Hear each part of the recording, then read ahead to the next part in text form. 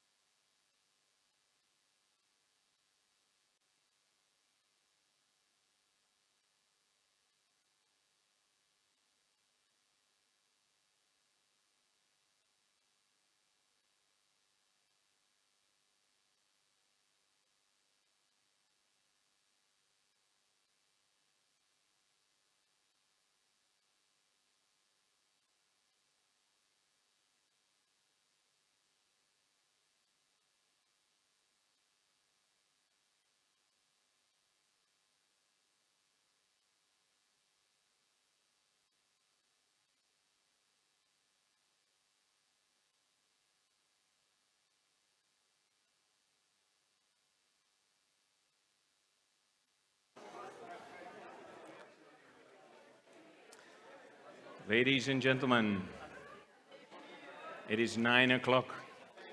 A very good morning to all of you. Please take your seats.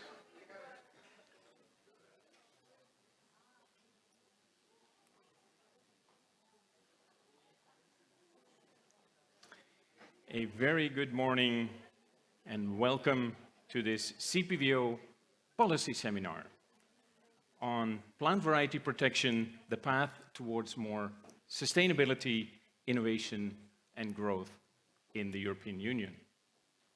A very big welcome to everybody here in the room, and of course a very big welcome to everybody who's joining us online. I just got the update that we are now a little over 400 people that are participating in this seminar. A little over 400, that's quite the number. And of course that immediately underlines the interest in the topic, but also very much the importance of this very topic. My name is Marcel Bruins. I will be your moderator this morning. And before we start with the presentation, I have a few practical announcements for you. As you have seen in the program, we will start this morning with 3 presentations of more or less half an hour. We will break at 10:30, resume at 11, and that is then followed by 2 panel discussions. Both for the presentations as well as for the panel discussions, there will be simultaneous translation in English and in French. For the people here in the room, if you need translation, I hope you picked up an earpiece. It's just outside the room. If you have not done so yet, please pick up one now. And for the people online, there is also the possibility of sustainable translation.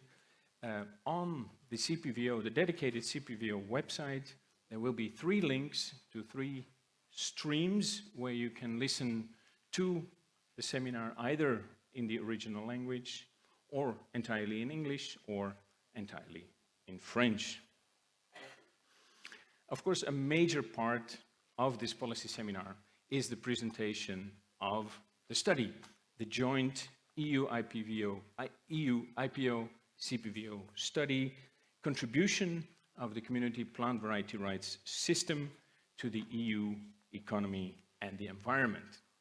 And as a plant breeder myself, and having worked in the PVP field for many years, I'm very excited to learn more about what is the outcome of this study, but we will hear more about that later this morning.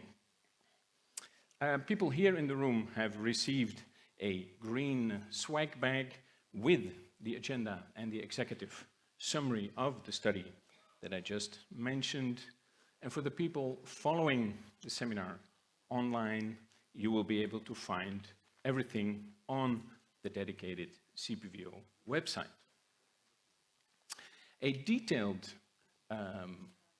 overview of the biographies of the speakers and the panelists is also available, but unfortunately only online. And when introducing the speakers and the panelists, I won't be needing to mention any of the biographies, so that's good, that saves us some time. Speaking about time, I will be very strict on time to make sure that we stay very much within the schedule. And to the speakers, I will give you a 5-minute and a 1-minute warning to make sure that everything goes according to plan. Social media is a very important part of our lives today, and for those of you who are active on social media and you're using Twitter, please use the hashtag new plant varieties, all together, hashtag new plant varieties. That would be very much appreciated. And furthermore, I would like to underline that we very much encourage questions from you here in the audience, and of course questions from the online participants. And the CPVO is encouraging you to do that through your smartphone or through your computer. You can scan the QR code that you have found in your bag, or that is also on the CPVO website.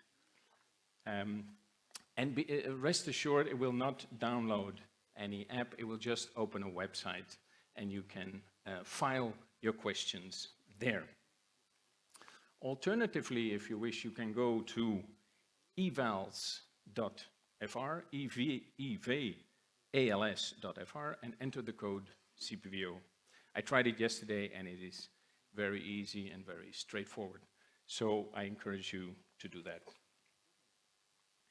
At the end of each keynote speech, and at the end and during the panel discussion, we assume that there will be lots of questions. They will be feeding into the evals.fr system, and Dirk, on the left side of the room, he will be moderating the questions and putting them on screen for everybody to see. So let's not waste any more time. We have a very strong lineup of speakers and panelists for you this morning. And to set the scene for us and hear how plant variety protection is arranged in the EU, we now have a keynote speech by Mrs. Sandra Galina. She is the Director General for Health and Food Safety at DG Sante of the European Commission, and she's joining us from Brussels. Sandra, the floor is yours. Good morning, for this very nice introduction. I would like to say that, it is an honor to be here. So, Marcel, Francesco, distinguished guests, ladies and gentlemen, let me share with you the intense pleasure I have to share, albeit via a video connection, a few ideas on a very important topic. I wish I could have been in Angers, but this is a partie remise. We will meet, I'm sure, soon.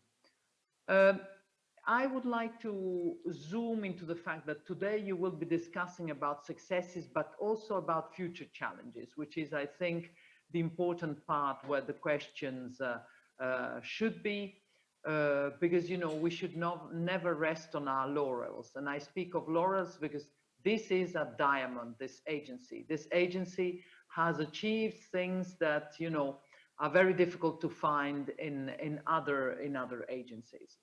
The seminar will be focusing around, or will be informed by, the joint study that you have just mentioned, the socioeconomic impact of plant variety protection in the European Union. I would like to thank from my heart all those who worked to this study, because the study is really very interesting, and I think anyone who is in this domain should read it, because it contains a wealth of information. It contains a wealth of information over the 25 years that, you know, we have been here. Uh, Here we have had a setting up of a system in 1995 of the community plant variety rights system. And I would say that we all agree that it has been a real, true EU success story. So there have been, I would say the CVPO has granted over 60,000 community plant variety rights to different varieties of more than 2,200 plants, species. Today, over 29,000 rights are in force.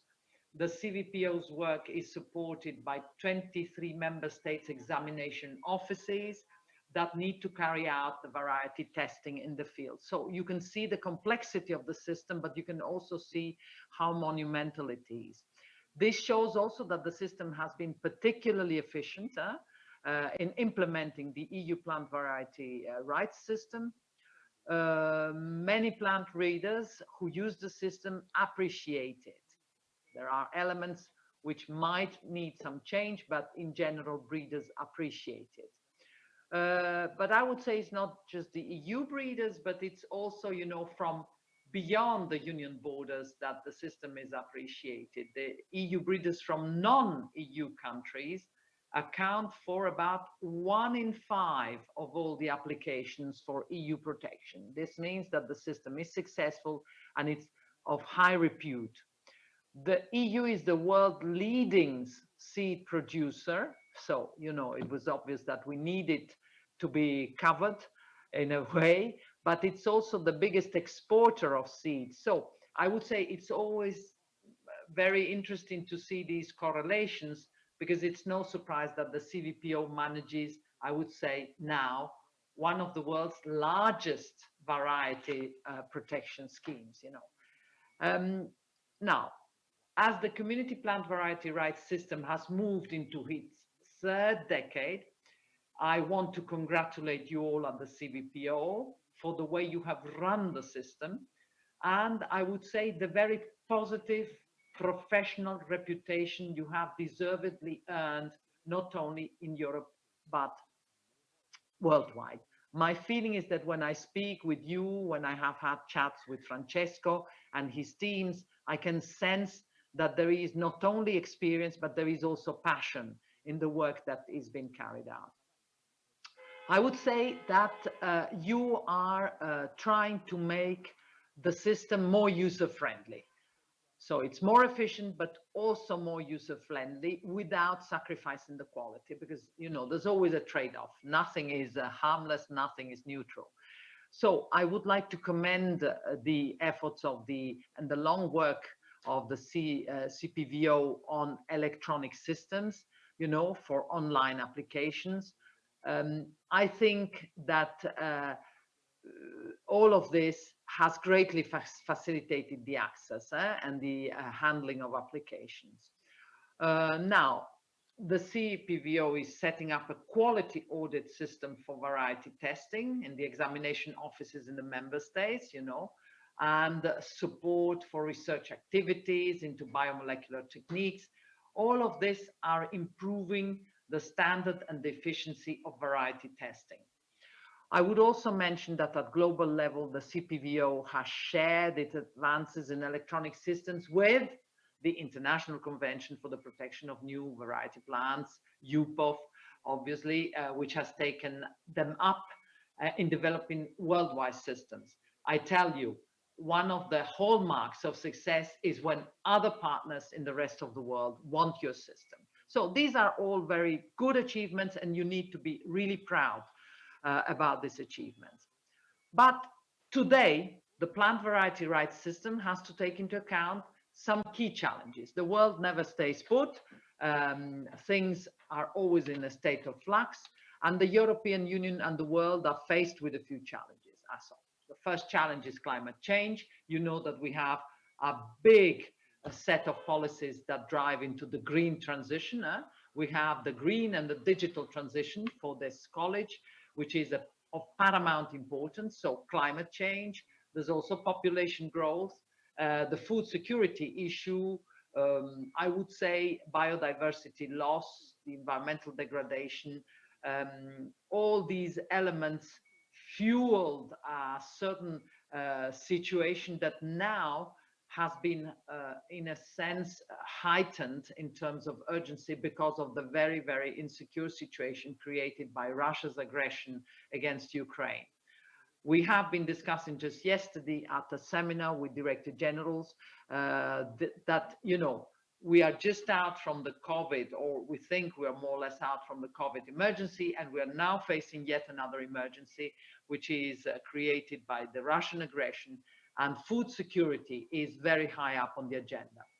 Now, to tackle these agendas, we need to certainly preserve the objectives of the Green Deal, because the Green Deal is about healthy people in healthy societies in a healthy planet.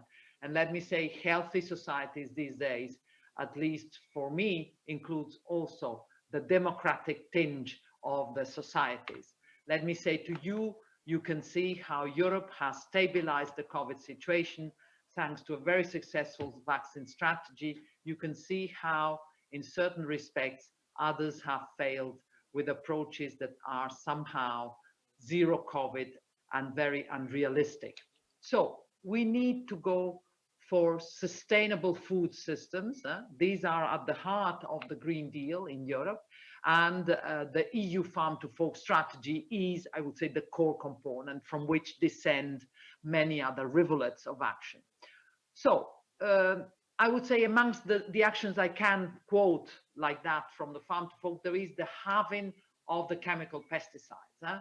And I would say there is also the increasing in organic farming to cover at least 25% by 2030. These are not small objectives.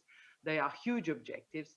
And, you know, we need also to imagine that we need to bring the 27 member states, which is always the challenge, forward without leaving anyone behind. So reduce excess fertilization and reverse biodiversity loss are key elements in our strategy. The challenges we face call for innovation and new technologies. We have seen with the vaccines that, you know, new technologies can help, and we need innovation. So we need to also remember that Farm to Fork recognizes the importance of sustainable food systems resting or relying on seed security and diversity. I want to stress this concept: seed security and diversity. One of the best routes to sustainable food production includes plant breeding. We have strategies to mitigate climate change, but without plant breeding, we will not be successful. So this is why new and improved plant varieties are pivotal, are crucial to ensure better yields, adaptability to the changing climatic situations, and so on and so forth. So in the long term, your work, the work of breeders, is boosting long-term food security through sustainability. Now, which are, in my view, the practical issues around plant breeding and the plant variety protection? Now, the first issue is that I was explained in no uncertain terms how long it takes to develop a successful plant variety. It takes over 10 years for many species. So, you know, it's like investment. This is not something that has a rapid, I would say, return. A new variety then, once released, can often be easily reproduced by others. So the regional breeder is deprived of the fair opportunity of the benefit from its investment, you know?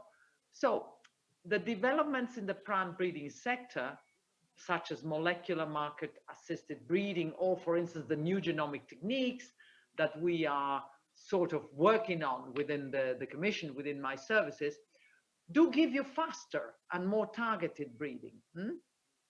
So this could lead to an increased use of patents on specific traits in the plants.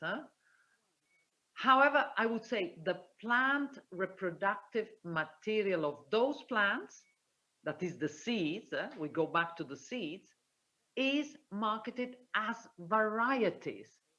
The varieties can be protected under the plant variety rights system. Here is the conundrum that I see in this system.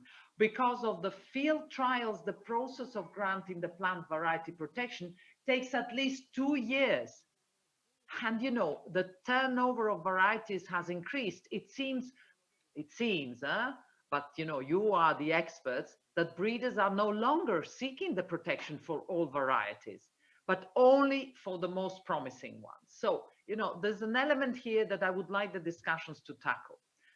We need to make the system, I would say, more efficient. And efficient is a very vague word for what I intend. Future proof, what do we want to say? I mean, we need to see that the world has changed, and we need to be able to capture this change in our work. Now, to implement the plant variety rights system, the CPVO is developing variety testing protocols for new species and new traits, and testing methods together with the experts of the member states in the examinations offices. So this is a huge building site. But to carry this work forward, it would be important to have a head start on developments in plant breeding, its drivers and its challenges. So we would need to do horizon scanning. And, you know, this is something that I would commend we should undertake. And I feel this is something where we need to be really working. Horizon scanning. Now, forgive me the pun on words. There are two ongoing EU Horizon 2020 projects, Invite and Innovar. They run from 2019 up to 2024. So I mean, it's tomorrow, 2024. They are studying the plant variety testing, innovative testing tools and methods, you know, including the biomolecular techniques. Now, the results of these studies should support, I would say, these projects should support the uptake of new methods in variety testing, or so we hope. But meanwhile, the international cooperation is increasing through the UPOV's new electronic application system to make easier for countries to exchange existing variety testing reports. Now, few countries outside our union have a quality audit system for variety testing in place. This is another element. So this is why we tend to rely on our own variety testing.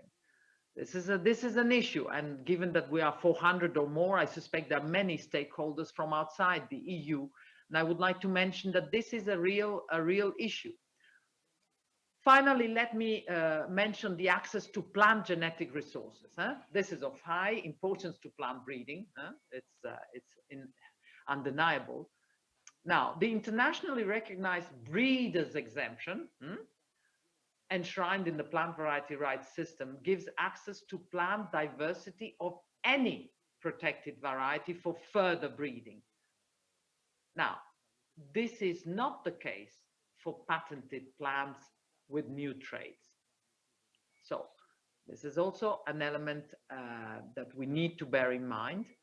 So I believe we may conclude that a robust, I stress the word robust, plant variety protection system is critical to motivate breeders to carry out the long-term breeding efforts. You know, how can they invest all these years of work and funds if they don't have a protection and a return on their funds? So I would also say it makes it possible to recover the costs of research and development. It's not only a benefit for the breeder, but for the society at large. Now, may I turn to the Commission's Intellectual Property Action Plan? Because here there is the big conundrum of the small and medium-sized businesses. We have had discussions with Francesca on this, because it is important that the SMEs in this area be considered in this plan. Inventions are cornerstone of today's economy. Without new inventions, we don't have growth. But you know, we have also this competing global scale that is there, so we need to be clever in what we do. Many if not a large percentage, if not the majority of the companies protecting their innovations with plant variety rights, I would say the figure is 60%, are small and medium-sized businesses. Small and medium-sized businesses. So we need to extend the use of the various tools available to small and medium-sized businesses to include the plant breeding sector. I'm aware that we are in consultation with the colleagues that deal with the Intellectual Property Action Plan, including a call for an amendment, I would say, to the basic regulation. I would say that 10 years ago, an external evaluation of the basic regulation found that it was well functioning. It was enjoying broad support. But, you know, today, uh, whilst the Commission sees no urgent need to amend the basic legislation, we need to address the governance issues that have been identified in the common approach on the EU decentralized agencies, so that we are more effective. We cannot go on with the current situation. We may not need changes in the basic regulation, but we need to tackle the governance issues. I would say that the shortcomings that have been identified regard mostly the provisional protection of varieties for which an application has been made. This is something that I say after a long discussion that we had internally. And so I go back to the Intellectual Property Action Plan, which included an announcement that the Commission would start the evaluation of the regulation on community plant variety rights. Now, unfortunately, I tell you, the COVID, but also the new Ukraine crisis has put a very heavy weight on us, and we need to postpone this evaluation. I hope you're not too disappointed, but we have been heavily impacted, and we need a rescheduling of this work. Now, as I said, this plant variety rights system plays a crucial role in the economy of the EU. Yesterday in the Director General's meeting, we stressed again that, of course, there are other urgencies, but the economy is really very important. So anything that helps the economy is important. I would say that a robust plant variety rights system encouraging breeders to develop new varieties is key. So I would hope that a modern, resource efficient and competitive economy can have and can rely on such a system, because otherwise we will not have jobs or growth in the plant breeding or in the seed production sectors. The community plant variety rights system has contributed to output growth in agriculture since 1995. Read the study, you will see the impacts on plant variety protection on this. I would say this is fantastic news. It means that the farmers and the growers across the EU have benefited from innovations that have been supported by the plant variety system. Now, this legislation, the plant variety rights legislation, helps create investment, you know, helps promote research. You know, I think that it is extremely important to bear all of this in mind.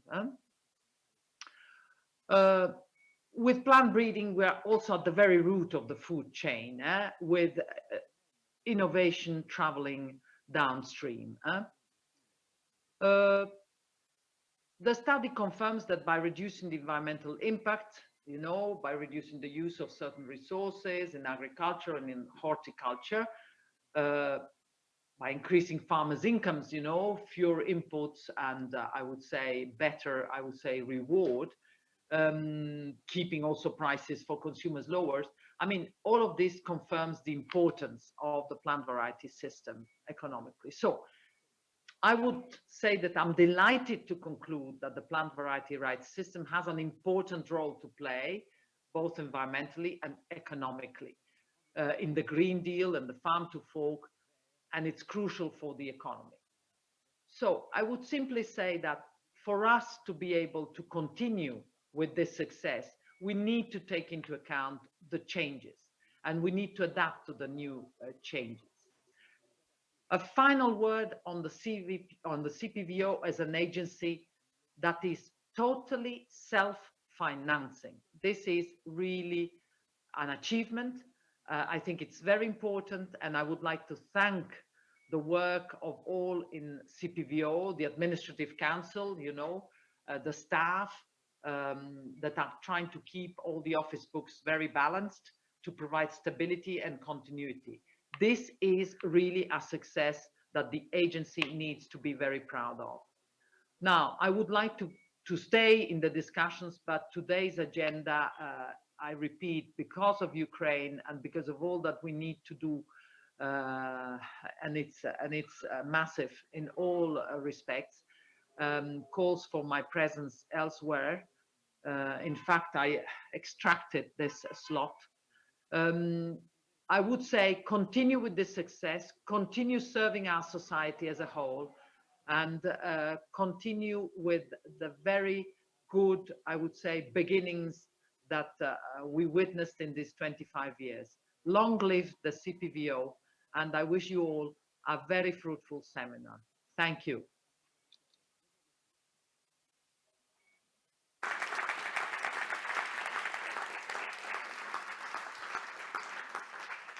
Thank you, Sandra. That was very inspiring. Indeed, a success story going back to a success story. Be proud, but think of the future, because I see the pool desiccating. So we need to be thinking what to do to facilitate the request of protection. Wonderful. Many thanks. Sorry, I need to leave you all, and I wish you luck. And next time I'm in Angers, it's a promise. Okay, thank you, Sandra.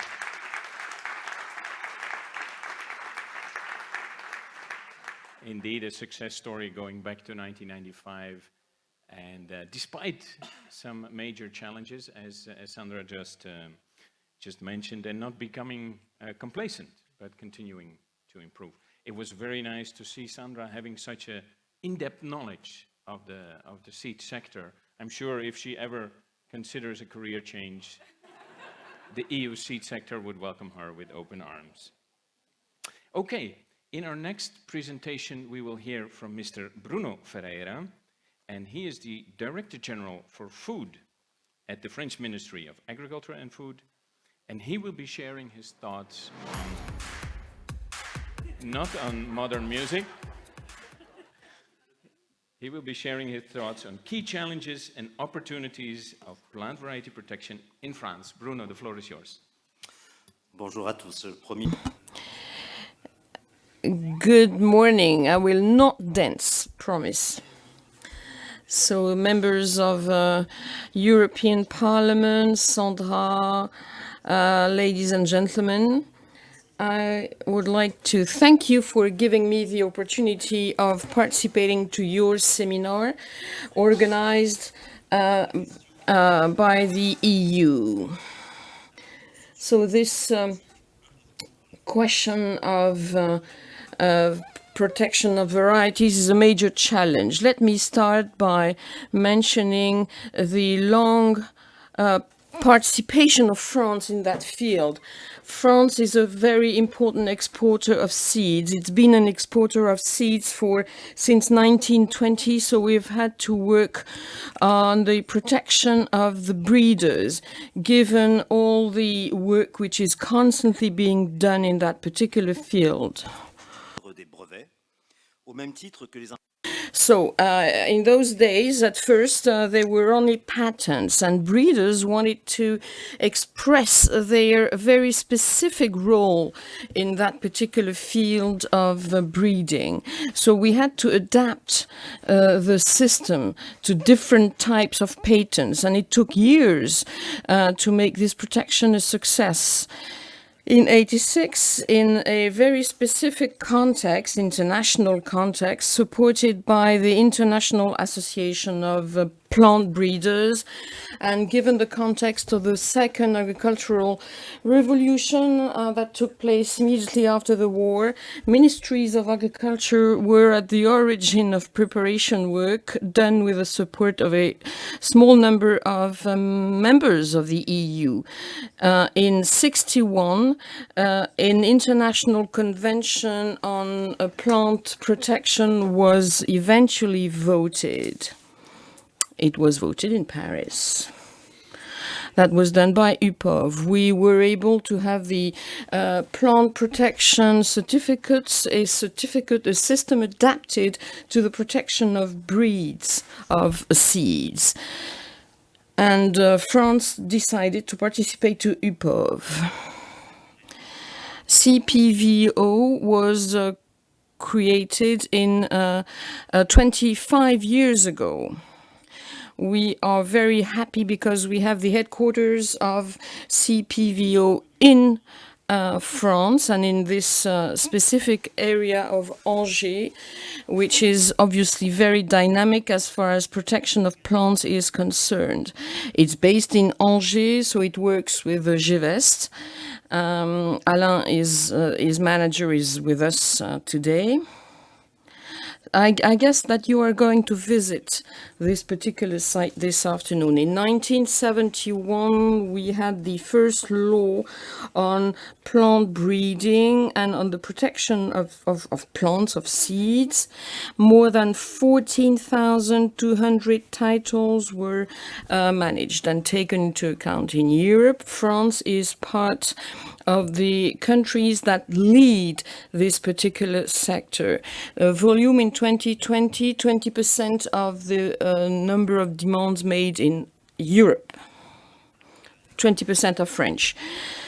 This international certificate gives access to genetic resources for research and development, and this certificate is a guarantee of fair trade, I would say, and it guarantees the protection of the seeds. It's a key system which feeds a sort of virtuous circle favorable to breeding. The first input of these new varieties are a major lever of our system of agriculture. We will then be able to face the major challenges ahead of us in the near future. It's absolutely fundamental to have a system that doesn't block dissemination and communication of innovation for decades. And it's also interesting to have a system thanks to which breeders can actually make money. The extension of this principle is now fully international. France has been defending this model at international level. Which deals, as far as the protection of plants is concerned, we are very active in the research, in the field of research in particular. This model is, from an economical viewpoint, adapted to diversity of the network of SMEs and companies in general in France. Most of those breeders in France are innovative SMEs. They dedicate 12% of their turnover to research on innovation. This level of investment is enormous. It's quite similar to what happens in the pharmaceutical sector, for example. And it wouldn't work if this type of protection system did not exist. Plant protection is a major source of growth.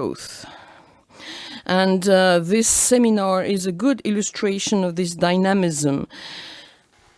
All this is based on sustainability in principle. I'd like to thank CPVO for the active participation. The system of this certificate system is a young system. It had always been able to adapt to the evolution of the system. Community protection is now extended to 5 years.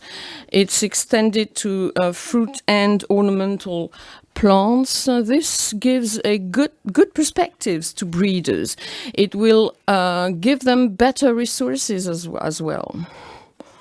Changement, il conviendra que nous puissions I would like to say that we will have to adapt it to our French system in order to keep in line with it.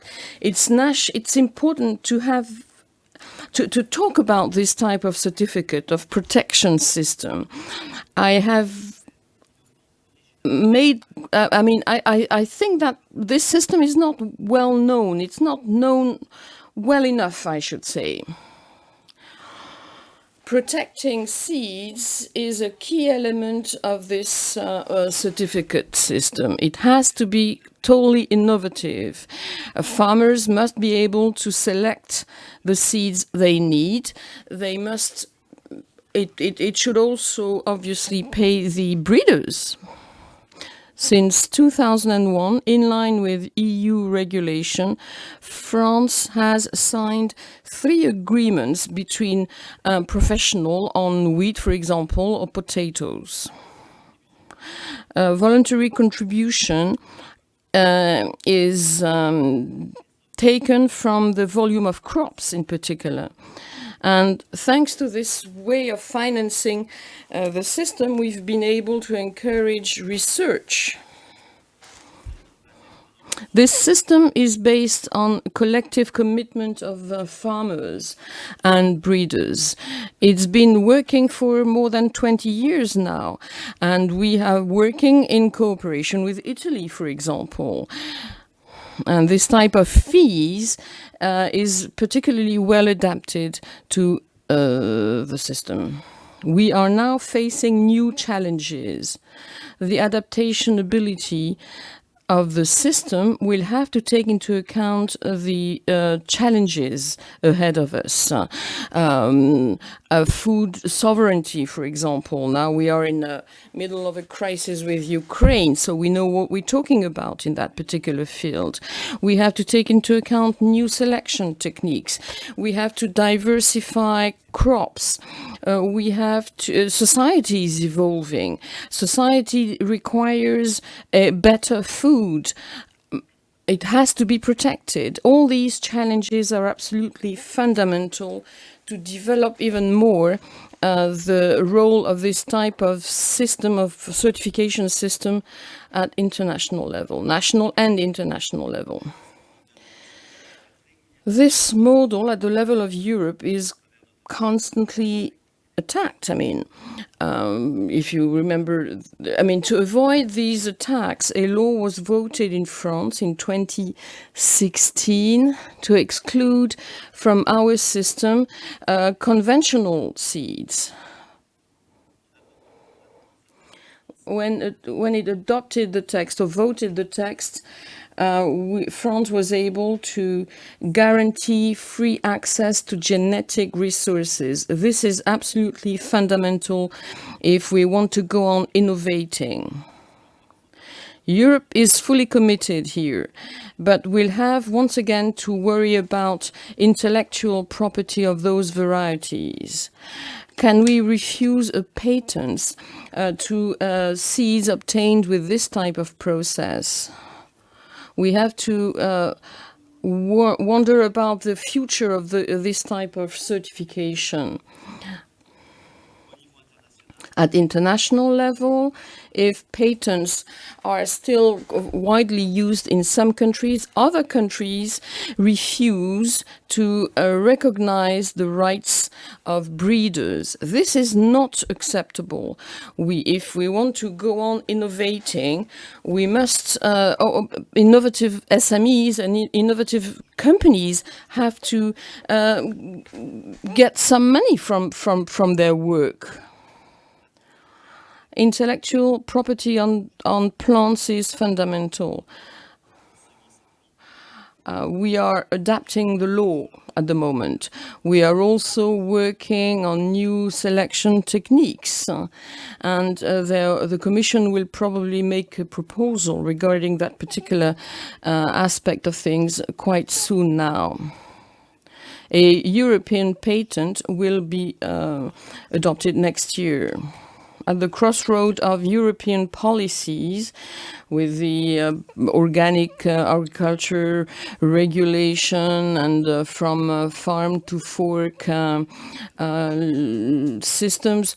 We have to focus on the sovereignty of our system.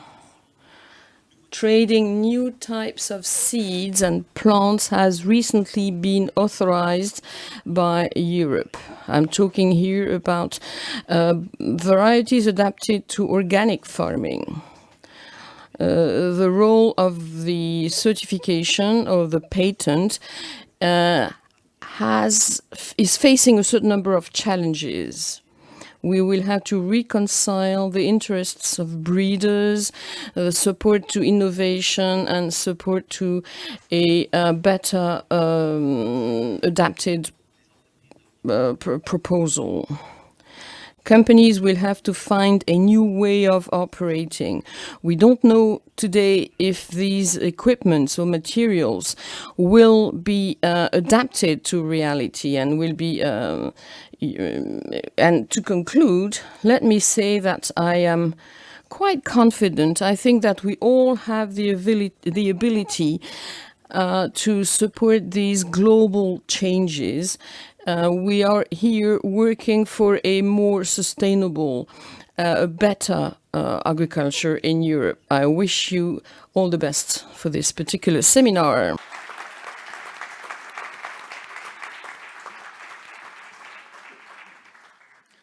Merci, Bruno. Please stay. We have some questions. It is great to see that France fully realizes the importance of both plant breeding and plant variety protection, not just to create new varieties, but also overcoming the many challenges that we are having. So that is really fantastic. And I am in a lucky position because I'm seeing the questions that are coming in here on my screen. So I will read the first question in my best French, which is not very good. What are the initiatives that France put in place in order to better promote the protections to SMEs? It is an interesting question, and I may not have a very specific answer here because, and I tackled it somewhat in my presentation, today, this certificate is not well known, really, and I experienced it during my career. During a period of time, whatever the bill, there was always an attack on this certificate and what it had to contain. So there is here a real political challenge, economic challenge, so that the system is known. Because it is, as I said, not known given its open aspect in terms of innovation. And we are very much attached to it for the dynamism of the sector and the challenges we're facing. Thus, we need to explain and persuade people. But it is always complicated to ask politicians to talk about it because they feel that this is a topic of difficulty between the articulation between the patents and the certificates. It is something highly sensitive. You need to understand the system, which is difficult for non-experts. And it is always considered as being a little bit risky. So I'm sure that there is an in-depth work to carry out here so that the system is better known and to also show, and as Sandra Galena said, we have essentially SMEs in our territories that give life to innovations. And every year, even in France, we have companies being attacked, products are being degraded, their equipments are being degraded, even if they are at the top of innovation, which is not incompatible with the challenges of biodiversity protection and the global challenges we're facing. So there is a real in-depth work to carry out. It is a complex work, and I have a lot of passion for it. I'm not a candidate for anything in that sector, but I've always been interested in this sector, given its capacity to open up onto innovation and onto creating those conditions to keep innovation alive. So a big challenge, not something easy, but this system is also to really encourage it, the whole sector, and that was shared with all the professions of seed producers in France. The objective is to open up, to communicate on what this sector is, what the companies, what those SMEs are, and how this specific intellectual property, fully innovative and open, can be of support for SMEs in our territories. Very well said. Indeed, the confusion between plant variety protection and patents is all around us. I'm also witnessing it. I love gardening, and I'm in some gardening platforms, and there the confusion between PVPs and patents is rampant. So we do have, indeed, I think, a job to do to better explain the difference between PVPs and patents. Seeing there are no further questions, thank you so much, Bruno. Merci à vous.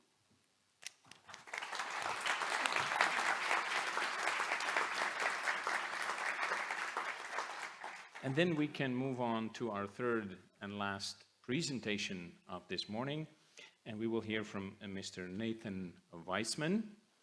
He's the chief economist at the European Intellectual Property Office, and he will be sharing the outcome of the joint EU IPO CPVO study, which is titled The Impact of the Community Plant Variety Rights System on the EU Economy and the Environment. But before Nathan takes the floor, we have a brief introduction via a short video message by Mr. Christian Archambault, the Executive Director of the EU IPO. Let's start his message. Good morning.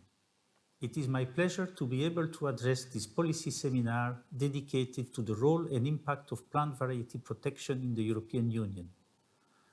Community plant variety rights managed by the CPVO are one of the three unitary IP rights we have at this moment in the European Union. The other two are the EU trademarks and registered community design, which are managed by the European Union Intellectual Property Office, or EU IPO. All three are important tools to provide sustainability, to foster innovation, to encourage growth. You have heard already from both the European Commission and France's Ministry of Agriculture and Food on the importance of plant variety protection for these three goals.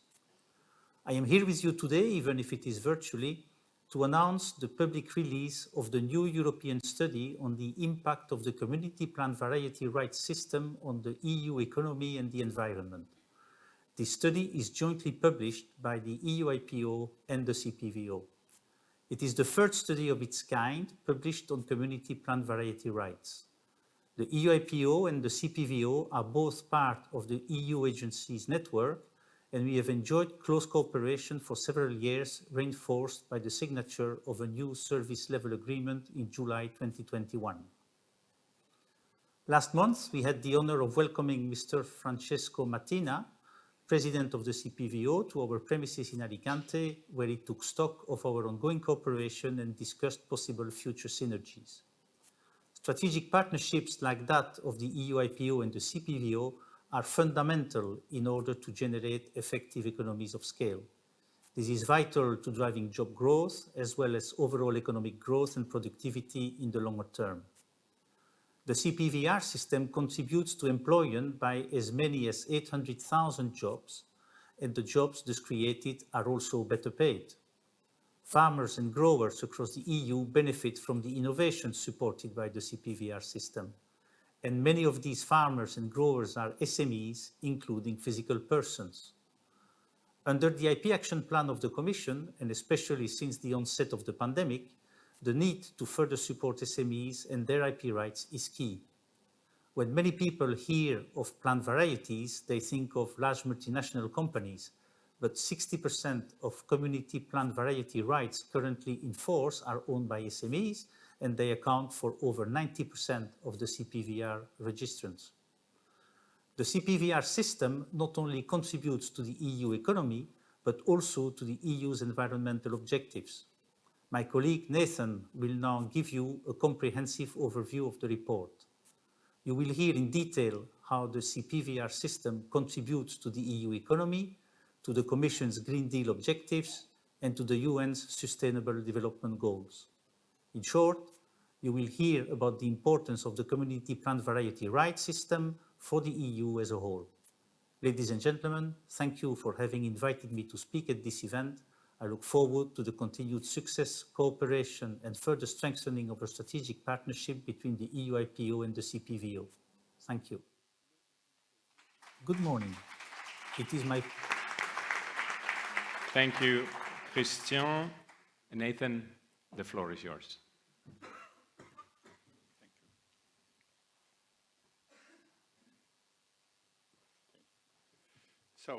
Good morning, ladies and gentlemen. It's a real pleasure to be here. This is my first visit to Angers.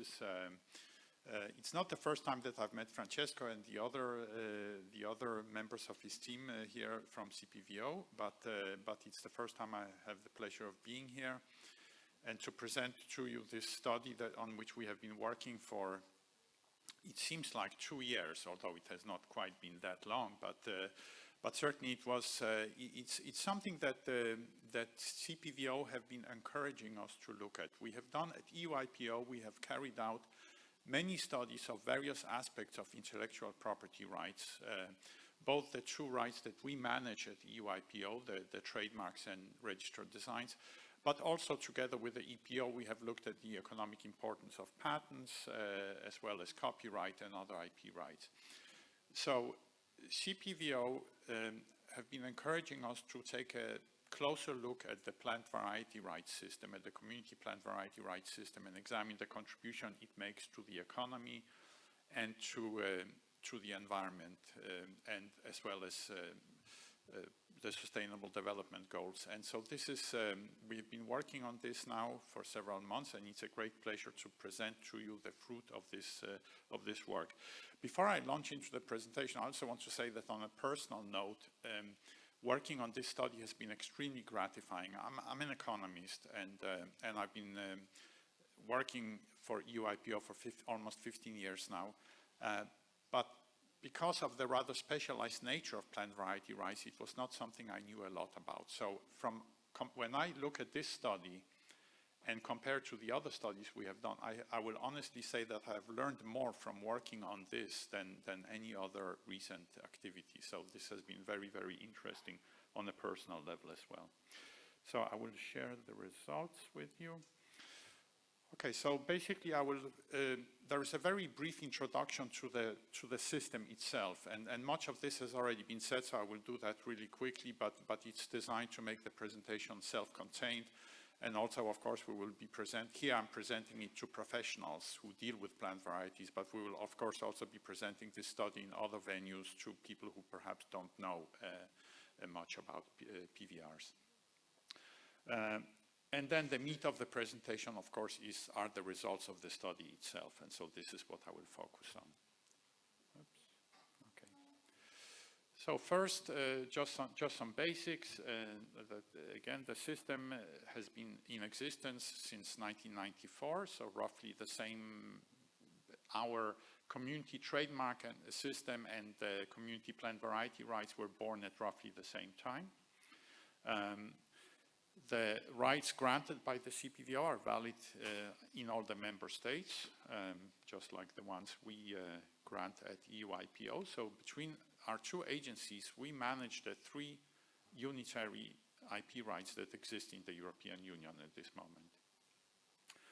As has been said, 24 of the member states are members of UPOV. And there is coexistence between the community plant variety rights and the national plant variety rights in those member states that have them. But and that's also true, for example, for the IP rights that are managed by my agency, the community trademarks and community registered designs. However, the difference is that here it's either or. So you can have a national right or a community right, but not both. When it comes to plant variety rights. Okay. So what are the main features? Well, you can as stated here, you can protect any kind of plant varieties using CPVRs. Up to now, 2,300 different plant varieties have been protected under the system. The duration is 25 years for most crops, although 30 years for some other ones. And I understand that the list of the varieties for which protection lasts 30 years has recently been expanded. Well, the office, you all know, we are here in Angers, and you know that the point that was already made earlier, that this office is self-financed. This is another characteristic that CPVO shares with the EU IPO, and I'm not aware of any other of the 30 plus decentralized agencies of the European Union that are self-financing, but our two agencies are. So that's also something to treasure and be proud of. Okay, I will now move on to the study itself. Okay, so when we set out to do this study, we started by thinking of economic benefits, of course. I mean, I'm the chief economist of EU IPO. We do economic studies, so this was also the starting point. But of course, when you look at plant variety rights, then you have, let's say, you have many constituencies, but the two principal constituencies are, of course, the entities, the people, the companies that register the plant variety rights, so the breeders. But you know, what is then done with it? Well, of course, the farmers, the growers use those plant varieties to produce food for us. I mean, this is fundamentally why plant varieties are important, even to a lay person like me, that, you know, we all have to eat. This is a very fundamental human need. And so therefore, from an economic point of view, we wanted to look at the impact both on the breeders and the growers. And although we call the impact on growers indirect here, you know, it really, in a way, it is where the bulk of the impact is, both from an economic and from an environmental point of view. And so, besides the economic issues, we wanted to look at the contribution of the plant variety rights system, and in particular the community plant variety rights system, to the environment. We've heard earlier that obviously we all know about the Green Deal. We know about the Farm to Fork strategy. We know about the UN Sustainable Development Goals. So these are all important considerations and something we also wanted to examine in the report. So the report was carried out as it's a joint EU IPO CPVO report. We have, of course, also had input from the European Commission, and we have also had input from the stakeholders, the main stakeholders of the CPVO, as listed here. Okay, one of the interesting things about this study was the amount of data, different data sources that we have used, and we worked on this study together with, of course, together with CPVO and the Commission, who really helped us understand the different data sources with which we were not familiar. And I must also mention my colleague back in Alicante, Francisco Garcia, who could not be here with me today, but he did a lot of the work on precisely this aspect of the study. So, of course, the starting point was the registry of CPVO, but also data on national rights, the different databases such as Frumatis that exist, the common catalog, and some data from the food and agriculture organizations on the trade, on the production and the value and the trade of agricultural products. More. Oops, if I can, okay. Then, of course, then we have our own EU IPO registry that we used, because we wanted to see to what extent the breeders who register CPVRs also register EU trademarks. Although this is not an aspect that in the end we discuss much in the report itself. The same thing goes for the PatStat database, which is EPO's database of patents, patent rights. Orbis is a very important database that many of you may not be familiar with. It's a database that basically contains demographic and financial information on more than 20 million companies across the EU. It is put together by a company called Bureau van Dijk, which is a subsidiary of Moody's, And the data in it are public, because in every country, if you have a company, you have to file basic information with a local body, such as the Chamber of Commerce. It's called different things in different countries. In the Netherlands, where I used to work before I joined the EUIPO, it's the Kamer van Koophandel. And so what this company, Bureau van Dijk, do is they collect this information from all the member states and other countries, put it together in a coherent database, and this allows us to have this information in one place. And why is this interesting? Well, it's interesting because we wanted to know who the breeders are that register CPVRs. We wanted to know not only which countries they are from, but also in which sectors they operate, whether plant breeding is their primary activity or just one of many activities, etc. So this is why it was important. And finally, we also relied a lot on the economic statistics from Eurostat, the EU Statistical Office. The study covers the 25 years that the CPVR has existed, although only until 2019, although you will see there are some data for 2020 as well. And so just a few words about the methodology. The methodology is comprehensively described in the report itself, which I, of course, encourage you to read, but just a few words. So we took the different databases, we matched them so that, as I said, so that we can analyze the breeders from different perspectives, from industry, geographical perspective, size, and even region within. In the report, you will find even regional breakdowns of all the member states from where the plant variety rights come. And then there is the impact on growers, and that's a very specialized analysis for which we had the help from HFFA Research, which is a consultancy specializing in agricultural economics based in Berlin. And so they did that part of the analysis that you find in chapter 4 of the report.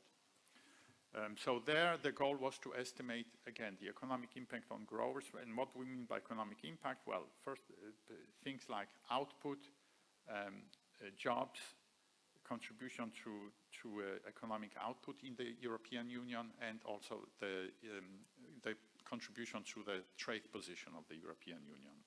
And finally, the environmental impact, last but not least. Okay, we looked at the 4 main groups, so in terms of scope. So we looked at arable crops, and you have them listed there. We looked at fruit, vegetables, and ornamentals. So for the first 3, so for agriculture and horticulture, we were able to look at different crops. And how did we select these? We basically wanted to select crops that account for more than 80% of the community plant variety rights. You cannot multiply the number. There was it's a constraint on the analysis how many crops you have. So therefore, we had to choose, and so we used this particular criterion. In the case of ornamentals, if you apply that criterion, you end up with more than 100 varieties, because the distribution of ornamentals is very flat, so to speak. So therefore, ornamentals we were forced to treat as one big sector. Okay, so turning first to the breeders. Okay, in terms of geographic, as has been already said, there are approximately 29,000 CPVRs that are in force, about half of all CPVRs that have been granted since the agency has existed. And you can see from the countries, the top 10 countries from of the breeders.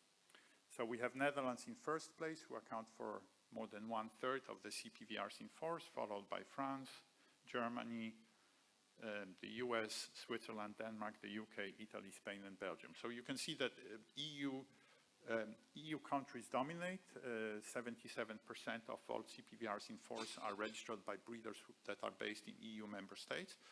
But there are some other countries, so 23% come from outside the EU, and you see them on there. I mean, so in the top 10, you have 3 non-member states, US, Switzerland, and the UK.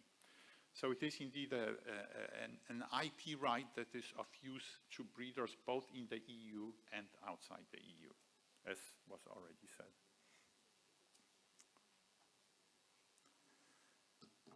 Taking a bit of a closer look at the sectors, we see that some countries specialize in certain sectors. So if we look at ornamentals, for example, then it is the Netherlands. Not surprisingly, I mean, we all, probably many of us have visited Keukenhof, which is at this time of year that you can see that, and so not surprising that the Netherlands are very strong in ornamentals. But Belgium, Denmark, and the UK are also quite, have quite high share of ornamentals in their CPVRs. France, on the other hand, is strong in agricultural crops. You can see that 63% of French CPVRs, or CPVRs held by French breeders, are in agriculture, while some other countries are more balanced across the sectors, such as Italy, Spain, or Switzerland, which are less. And so in the report itself, you of course have a complete list of countries, all the countries that have registered CPVR, and you also have some of this broken down by region, but I have not included that in the presentation for interest of time. Now, this was a real eye-opener for us when we were carrying out the study, the size of the owners, and why? How do we know what the size of the owners, of the breeders? Well, this is precisely what we use Orbis for, because Orbis contains, among other things, the number of employees in the different companies. Okay, so this allowed us to identify which of the companies that have registered CPVRs are small companies and which are large. And I say it was a real eye-opener because, again, to somebody who is not familiar with the world of plant varieties, I think in the popular media or among the general public, there is a perception that this is mostly big multinational companies, because these are companies that everybody has heard of. These are companies that to some degrees also are controversial, as are many big companies, and this is the general perception. And so when we saw this, and we saw that 60% of the holders of CPVRs are either small and medium-sized companies or physical persons, individuals. That was a real surprise for us, that SMEs play such an important role. 93% of the owners of CPVRs are SMEs. Okay. And so large firms, of course, do play a role. They account for 40% of the CPVRs, but still, this was really, really interesting for us to see.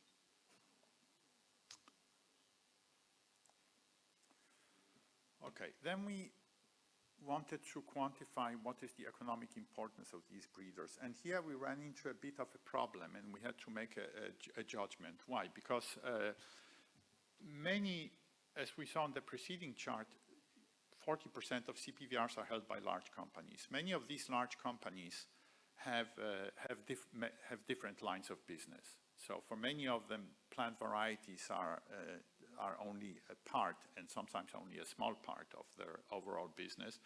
And in fact, some of the other large entities that hold plant varieties, for example, are universities. So obviously, universities do many different things besides plant breeding. So therefore, what we chose to do is, for this particular part of the analysis, is to focus on companies that, for whom plant varieties are the main, plant breeding is the main activity of the company. And we found 951 such companies. So when looking at these figures, keep in mind, this is an understatement, because we have excluded big companies, the part of their activities that also is related to plant breeding. But still, we find 70,000 workers employed in the EU, combined revenue of more than 35 billion euros in these companies. And you can see the distribution in which sectors they are active. Okay, so quite a significant contribution in itself. Now we turn to the people or the entities that use the output of the plant breeding sector, namely the growers. And this is where we'll see some big numbers. So we know that production or yield is growing. Now, if output is growing, and this is true in general, not just in agriculture or horticulture, if output is growing, then basically you can grow output in two ways. You can use more inputs, so more resources to throw it into production, or you can become more productive, and which allows you to produce more with less. Now, how do you become more productive? Well, you become more productive by innovating, right? Innovation. And in this world that we are talking about, innovation means plant breeding. And some of the results of this innovation are then protected by plant variety rights and specifically community plant variety rights. And this is what we focus on here. So, what is happening to input use in European agriculture and horticulture? Well, you see it there. It's declining. This is the development over the 25 years between 1995 and 2019. So the amount of inputs in arable farming has been declining by 0.5% per year. These are annual rates. And in horticulture by almost 1% per year. Okay, so we see obviously that there has been strong productivity growth because these sectors are producing more with less. As we see here, yield is increasing. This is annual yield growth in the different sectors. So this ranges from 0.2% per annum for ornamentals to more than 1% per annum for vegetables. Okay, so quite strong growth, and for arable crops as well. Okay, so the European farm sector, broadly speaking, is producing a lot more with considerably less. And this is the fruit, pardon my pun, this is the fruit of the innovation that is supported by the plant variety rights system. So the next step then is to try to figure out how much of that innovation is related to plant variety rights, can be attributed to plant breeding innovation. And this is done in the report. The methodology for doing that is explained in the report. I will not go into it here, but as you can see in this chart is that, in fact, all of the innovation, all of the growth that we have seen in yields for the four sectors can be attributed to plant breeding innovation. Okay.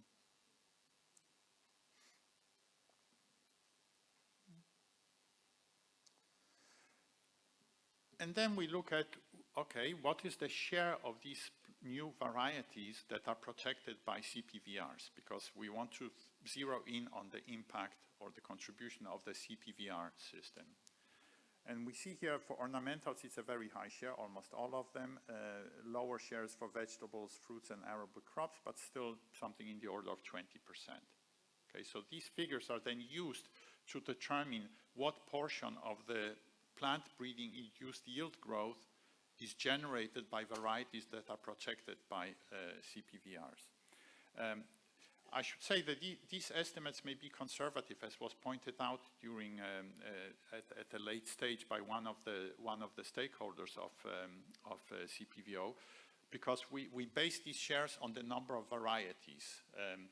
It would, in a way, have been more correct to weigh this by the area, by the land area that is devoted to the various crops, because of course there are some plant varieties that may be registered but are not actually grown very much, are not used very much. So if anything, these figures are conservative that I'm presenting to you here. So the bottom line of the report then, in terms of production, is what you see here. That as I said, CPVR protected varieties have allowed European farmers and growers to produce more with less, and the increased production that in 2020 that can be attributed to CPVR protected varieties. So in other words, this is what this chart shows is how much lower would production have been in the various sectors if we did not have this community plant variety system. So in terms of arable crops, for example, it would have been I think it's approximately 6.3, 6.4% lower. For fruit, about 2.5% lower than it actually was in 2020. For vegetables, almost 5% lower, and for ornamentals, 15% lower. Okay, so this is this additional production that is generated. Another way to look at it is, you know, how many people can be fed with this additional food that is produced as a result. And you see, you have the numbers here: 57 million people for arable crops, or 38 million people with the additional fruit output, 28 million people with the additional vegetable output. So very significant contribution on the grower level. Again, here in this presentation, of course, I can only show the highlights and the main conclusions of but in the report you have a tremendous amount of detail. You have figures like this, for example, for the individual crops within the broad categories that I showed on one of the earlier slides. So, so if you're interested in any of this detail, it's all in the report. Okay, then we move on to, so these were the impacts on the production side. And then we look at the economic impact. And the economic impacts are calculated using a type of model that is called the computable general equilibrium model, which basically looks at the relevant market and finds the prices that clear that market, because equilibrium means that supply and demand are equal to each other at a certain price. And this allows to calculate the impact of this increased production on what's listed here: the prices, farm incomes, overall economic output, because of course it's not just the direct additional output in the farm sector, but it has affects both upstream and downstream, right? Because if farmers produce more, then they buy more inputs maybe, and certainly that additional output also generates additional activity in downstream industries, food processing, etc. So employment impacts and impact on the EU's trade with the rest of the world. So these are the main economic quantities that we looked at in the report. So if you look first in terms of overall economic output, GDP, here you see the blue part of the bars show the contribution in the primary growing sector for these crops, and the red part is then the upstream or downstream contribution, so via the multiplier effect. For ornamentals, we were not able to separate out the two. Okay, so for ornamentals, we just assign everything to the growing, so it's not completely correct. But you can see that, for example, for arable crops, which make the biggest contribution to GDP, it's about half and half. So half of it is the direct impact in agriculture, and the other half is the derived impact in the upstream and downstream industries.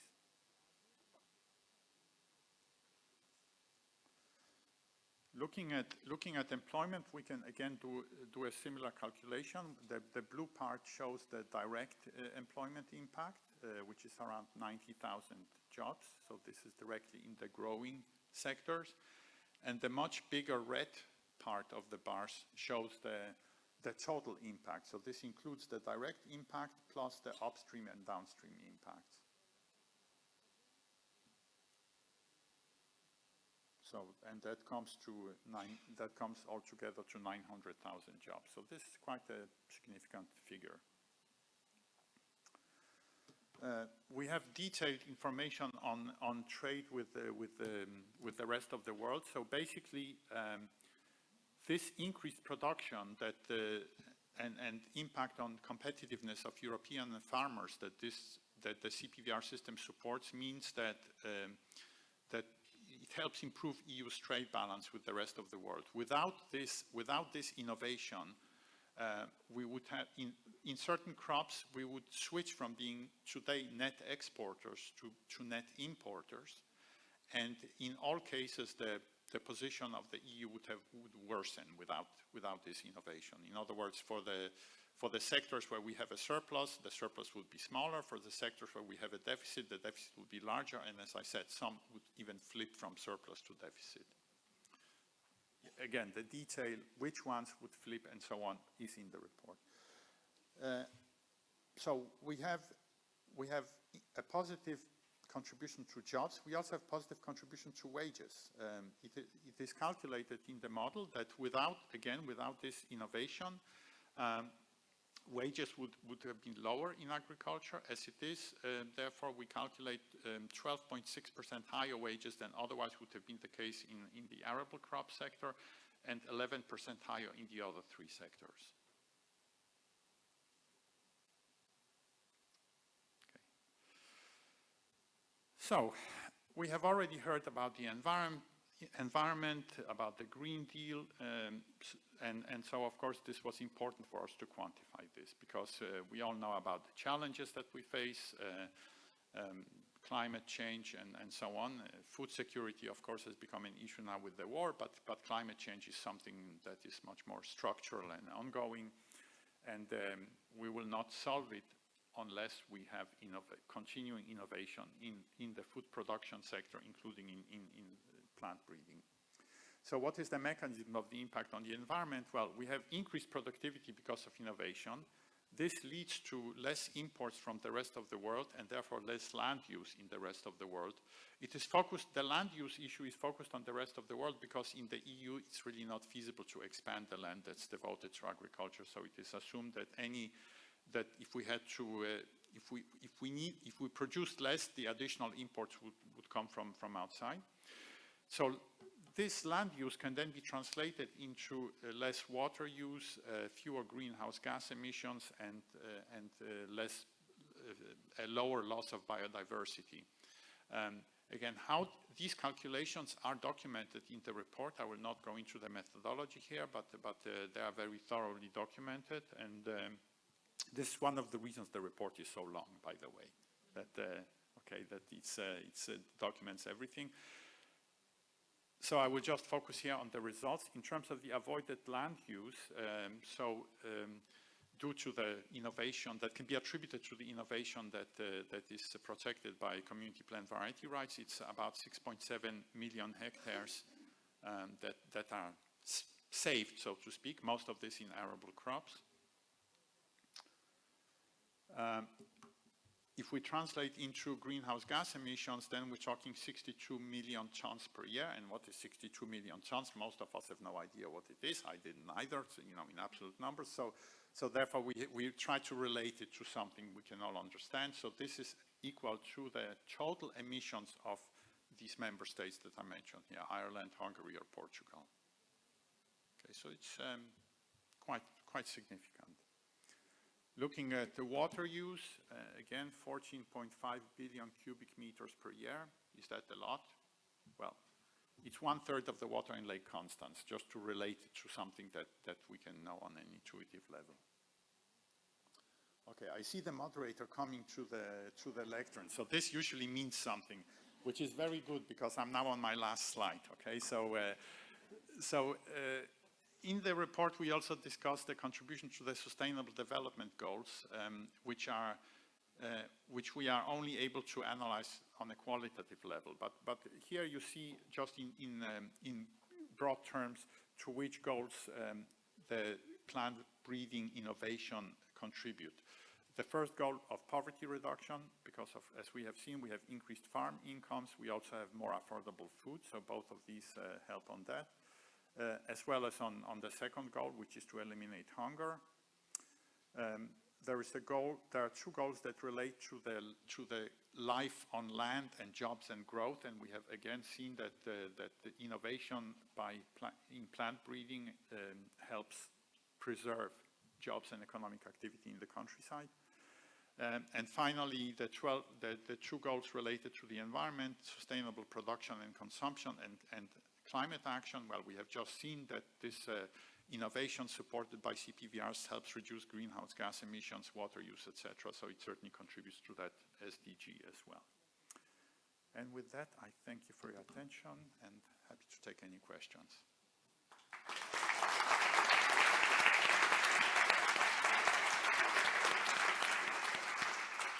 Thank you, Nathan. Wow, that was impressive. I knew, of course, that plant variety protection was making a positive impact on various aspects, but these are some very, very impressive numbers. I wrote some down. 13 billion euro added to the GDP through the CPVR system, 900,000, almost 1 million jobs, additional jobs added by the CPVR system. Wow, that's very impressive. I see we have some questions, and I propose we put the first question on screen. I will read out the question. Is the positive impact from CPVRs in the EU comparable to other parts of the world? Well, in the report, we only look at the EU, at the impact in the EU member states. So I cannot answer that question with any degree of certainty, but it stands to reason that if this type of innovation has the positive effects that we have just seen in the EU, there is no reason to believe that it also doesn't in other parts of the world. But we have not quantified that. This was outside the scope of our study. But we know, of course, from other studies, similar studies, that indeed the PVP system in other parts of the world has also a very big impact. I recall a recent study in Vietnam when they joined UPOV, yes. the UPOV. Yes. Yes. So. Yes, and there is a study also by the same consultancy, HFFA Research, from 2016, if I remember correctly, that does look beyond the EU and also finds a positive impact, yes. Yeah, great. Let's go over to the second question. In relation to the innovative potential of SMEs, were you able to observe trends, for example, a growth or a decrease over the reference period, or is it rather a stable potential? And is there any link to a phenomenon such as climate change? Well, I mean, the 60% figure of CPVRs that are owned by SMEs, that's a point in time. So this is now. Okay, so that's not. We have not looked at how that has evolved, but we know from other studies that. Well, so to answer maybe the second part of the question quickly, so is there a link to climate change? Well, if we have just seen that that CPVRs or innovation protected by CPVRs makes a positive contribution to fighting climate change, and if 60% of those CPVRs are held by SMEs, then obviously these SMEs are making a contribution to climate change. We know from other studies that we have carried out at EU IPO that SMEs that are active in the IP rights sphere have a much higher probability of achieving fast growth in subsequent years than other SMEs. So, you know, in general, when we speak about SMEs and why SMEs are interesting also for the Commission and for policymakers on the national level, well, it's not all SMEs that are interesting. It's the innovative SMEs, and these are the types of companies that come here, for example, to register CPVRs. Mm-hmm. Thank you, Nathan. The questions keep coming in. The third question here, I understand the concept of using less land use and less water consumption, but how did you estimate that there are fewer greenhouse emissions? Yes, this is based. I mean, there are a number of studies that have been done in the past that are used in the report to let's say develop some factors that allow us to link reduced land use to reduced greenhouse gas emissions. Mm-hmm. That's a short answer, but I'm going to walk around the room because perhaps there are people who have forgotten their smartphone and are unable to scan. Let me switch on the microphone. There you go. Please introduce yourself. Good morning. Ursula Lamberti. I work as a legal advisor at the CPVO. So before asking my question, I really like to praise the effort of UIPO and you personally in extracting meaningful conclusions when the data context is really not, is quite complex, right? So we have different crops and different business models, and getting the data has not been so easy. So thank you for that. My question in short is, what's next?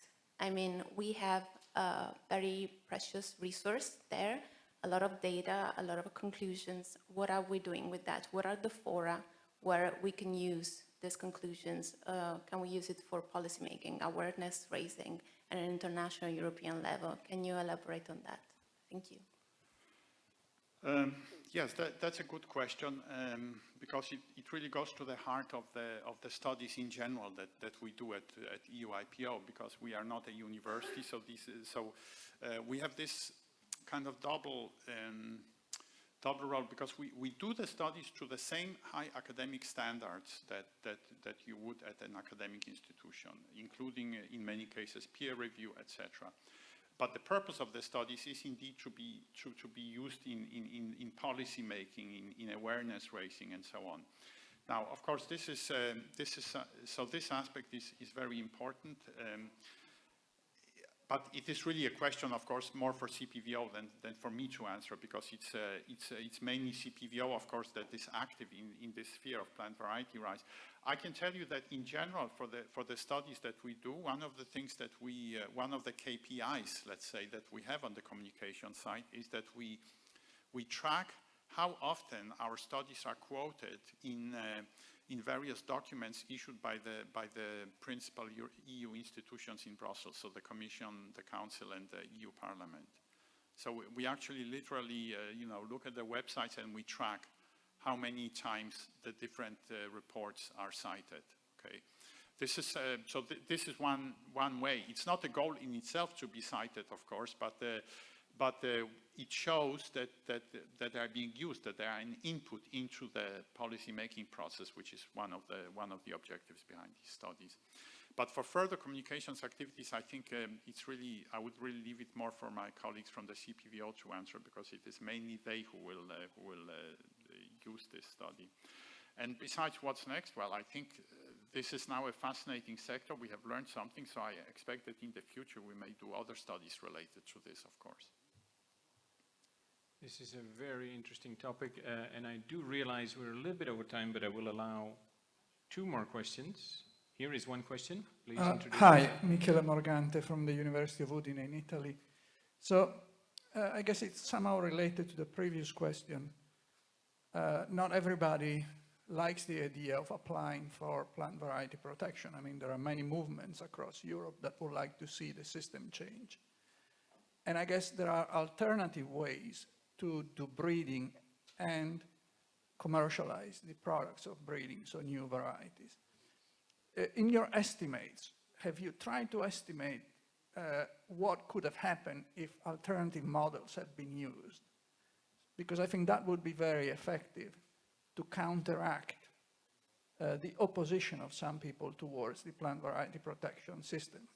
I mean, many people are in favor of participatory breeding, evolutionary breeding, let's leave the farmers to own the seeds and so on. So, which doesn't mean that there wouldn't be any breeding. Well, no, the short answer is in the report, no. In the report we have not made, although on a qualitative level, there is an extensive discussion in chapters 2 and 3 of the literature that discusses the kind of issues that you mentioned. So there's a very thorough review of that, but in the calculations themselves, no, we have not done that. Last question here in the corner. Okay, thank you. I'm Marien Vos, currently presiding the Administrative Council of the CPVO. And I don't have a question, but I want to thank you for the report. But to confirm to the earlier question, yesterday in the AC meeting, we indeed decided what can we do with this valuable report. We cannot just put it in a shelf and that's it. No, we now must make the best use of it in communicating to, well, the society at large, but especially, of course, political circles, the importance of what we're doing here and what we need for the future. So yes, it will be taken up to communicate very explicitly to the stakeholders that need to hear these messages. Thank you. Thank you. Thank you, Marien. That is very good news. Thank you, Nathan. We will now break for coffee.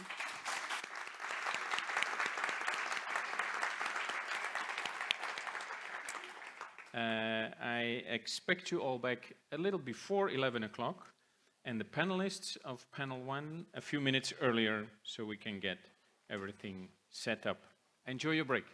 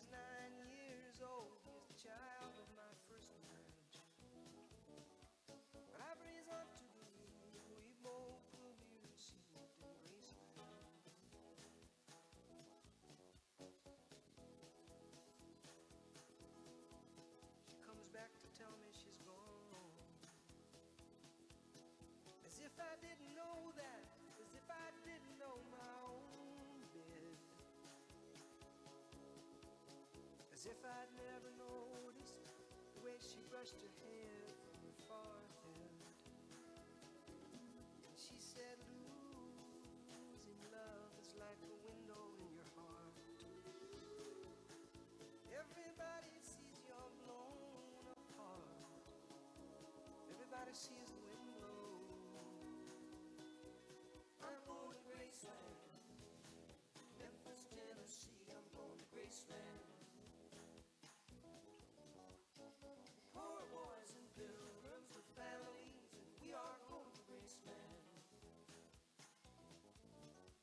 Am I traveling bags, ghosts and empty sockets? I'm looking at ghosts and empties. But I have reason to believe we all will be received in Graceland.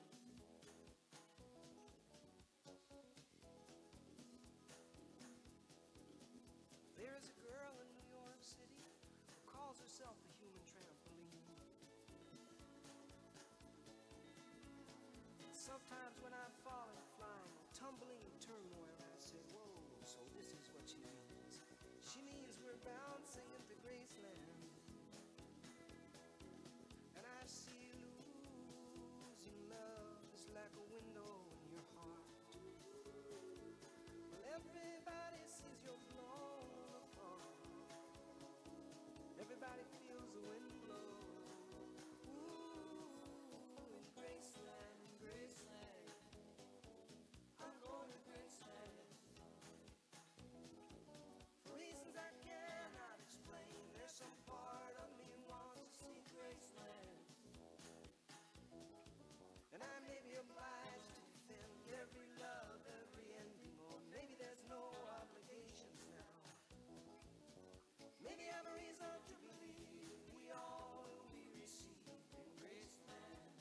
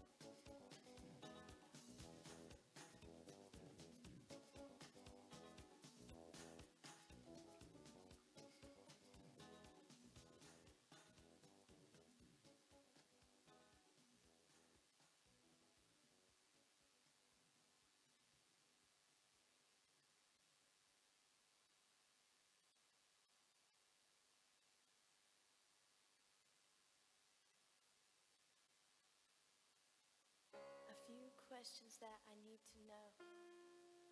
How you could ever hurt me so. I need to know what I've done wrong and how long it's been going on. Was it that I never paid enough attention? Or did I not give enough affection? Not only will your answers keep me sane, but I'll know never to make the same mistake again. You can tell me to my face, or even on the phone. You can write it in a letter. Either way, I have to know. Did I never treat you right? Did I always start the fight? Either way, I'm going out of my mind. All the answers to my questions I have to find. My head's spinning, boy, I'm in a daze. I feel isolated, don't wanna communicate. I'll take a shower, I will scour, I will run. Find peace of mind, the happy mind.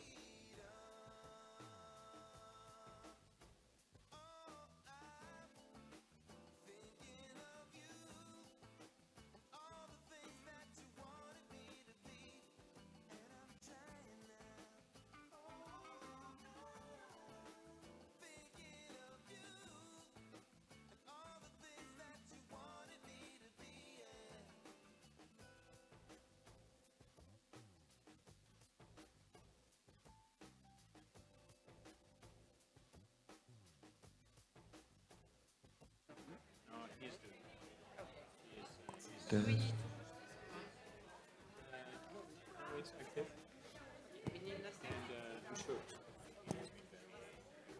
Test.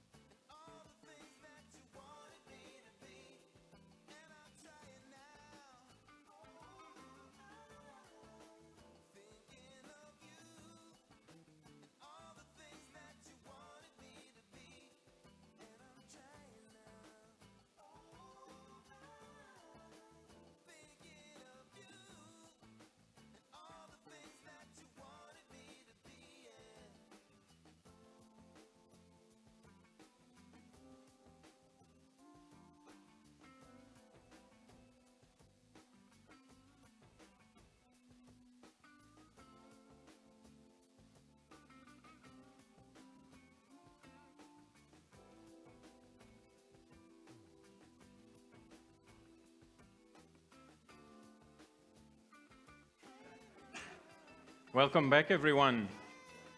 It's 11 o'clock, and I warned you that I would be strict on time. So it is 11, and we will start. Please take your seats. We will now start the first of two panel discussions. And as I mentioned earlier, we have a great set of panelists for you on the stage. I will briefly introduce them to you. Here on my left side, we have Miss Dorothée André. She's head of unit plant health at DG Santé of the European Commission. Bienvenue, Dorothée. Second, we have Marine Valstar, senior policy officer, seeds and propagating material at the Dutch Ministry for Agriculture, Nature and Food Quality. Welcome, Marine. Then in the middle, we have Mr. Bert-Jan Ruijsen. He is member of the European Parliament, also welcome. Then we have Sébastien Pack. He is the head of unit plant breeding at the French Breeders Association, UFS. Bienvenue, Sébastien. And then we have Per Henriksson, and he is Secretary General of the Swedish Sea Trade Association, SVUF. Welcome, välkommen, in my best Swedish. Okay, before we turn to the questions, I have a question to the panelists, and I'm going to ask all of them to briefly reflect on what we heard this morning in the three presentations. And I'm going to start with Dorothée. Hello. Okay. Yes, thank you, Marcel, and thank you for this panel organization. So about the different speeches we just heard. First of all, let me say that obviously breeding is crucial and it's key for the challenges we are going to face, we are facing, be it food security, be it climate change, be it loss of biodiversity. This was all said. I will not repeat what my Director General said, which is that the CPVO and the plant variety rights are a diamond. We are convinced of this. And the importance, the study has demonstrated not only the importance for this protection for the breeders, but also for the farmers, for the growers, and for the citizens and the society as a whole. And this is, for me, very, very good news. To be able to use this study to show these advantages for the society as a whole and not just for the companies. And the interesting thing also for me is, well, we knew, but it shows it again, that mainly these are SMEs, 90% of them having 60% more or less of the titles in force. So that's very interesting to also to diminish this idea that this is big business and it's only profiting big business, big companies. So where are we going to communicate this study as a commission? For sure, we are going to use it and communicate it widely. We should be proud of the system. As we said, it is a very effective system of protection. The duration is important. Thanks to the Parliament and the Council, we could extend the duration of some crops for which the breeding is very long and it merits a long duration. Maybe one element which I would like to say is for the future, we think horizon scanning is very important. Where are we going? Where is the breeding going to go? And how are we going to assess these varieties and protect them? So that's a very key element for the future. The protocols, which species, how, what, which traits, that's very important. Then one element of reflection is everything seems to go in quicker and quicker. Also the duration of the varieties on the market, the lifespan. And so if you have a very long process of development, a long process for registration, and be it for registration for the catalogs or plant variety protection, if this takes very long and the lifetime after is very short, we have to think how to squeeze this. And how to squeeze this, obviously, there are some technologies which can help the development of the breeding, but we have also to think in the legislation, both legislation, seed and plant variety rights, how we can shorten maybe some studies which are going to grant the variety registration and the protection. So I think we should really be thinking about this. And so that's the main elements we have to think. We are revising the seed legislation. That's also going to have an impact on, in a way, to the plant variety right protection, because some elements of the seed legislation concern exactly the variety registration, and the same elements are used for the protection. Well, not fully, but mostly.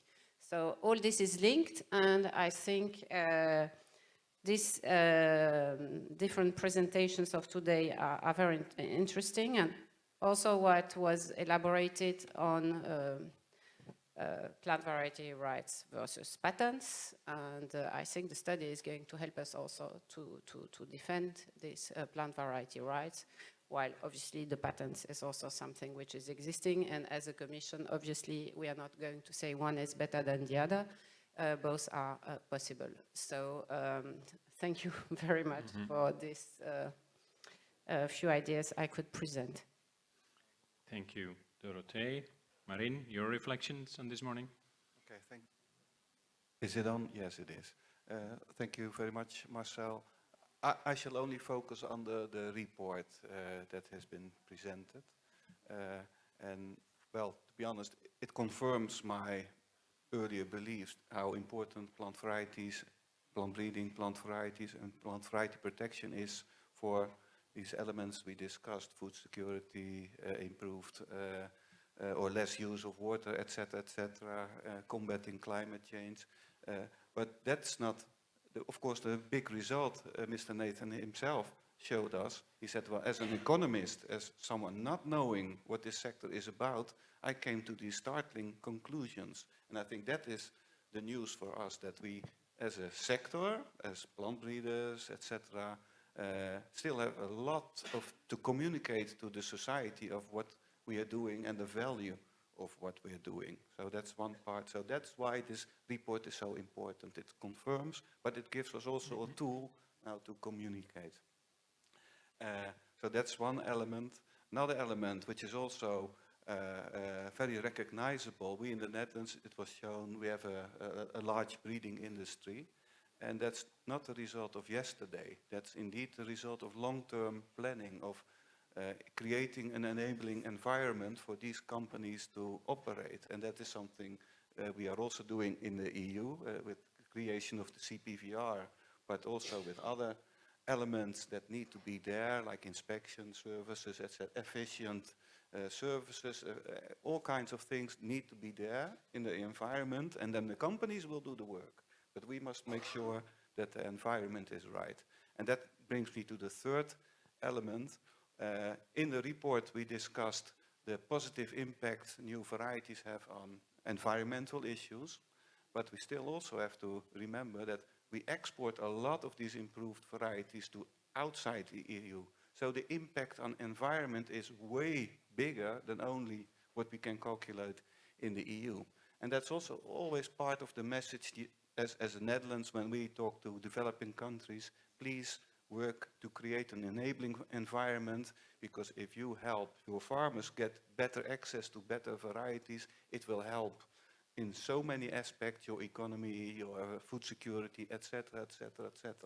So yes, we are doing a great job here in Europe, but there's still a big lots to win worldwide, globally. But this is a very good first step, and I hope we can have more studies like this from EU IPO together. Thank you. Thank you, Marine. Bert-Jan.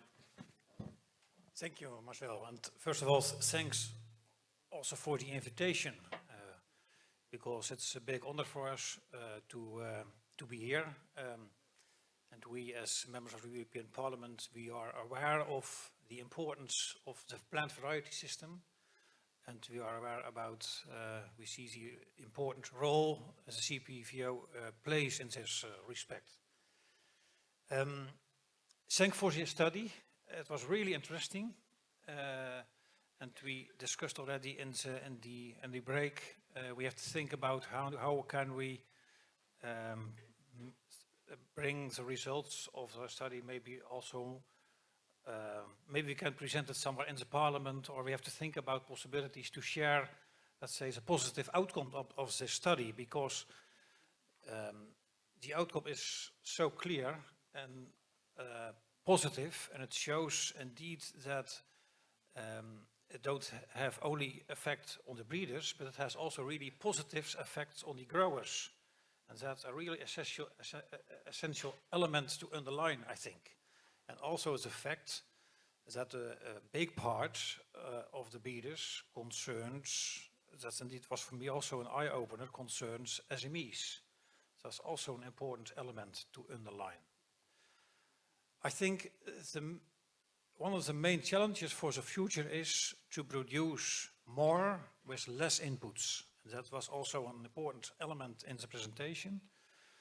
With our system, as a plant variety protection system, we give a good, important contribution to that challenge indeed. To work on more sustainable production, food security, and we are creating with the system a real positive environment which support innovation, and that's really important, I think. That's my first reflection. Thanks a lot. Excellent. Thank you, Bert-Jan. Sébastien. Bonjour à tous. Merci pour cette question. Thank you for this very interesting question. I think, and we saw it with the various presentations, this system of intellectual property protection allows companies to innovate. It gives a framework that is securing so that they can really undertake things, invest, and hope for a return on investment. This investment is in labor, in human resources. This requires many people to develop varieties, about 10 years for new varieties. And of course, this costs money. So there is a need for a financial investment. And we can be paid at the right value for investments. Knowing this, you can innovate more. This is what French companies are doing. 13% of their income is reinvested in R&D. So it was said this morning, there is a kind of a virtuous circle that is started. And it is essential each year to develop new varieties, even more efficient varieties from an agronomic and environmental standpoints. In France, this system allowed some successes and dynamism. we saw it at the European level.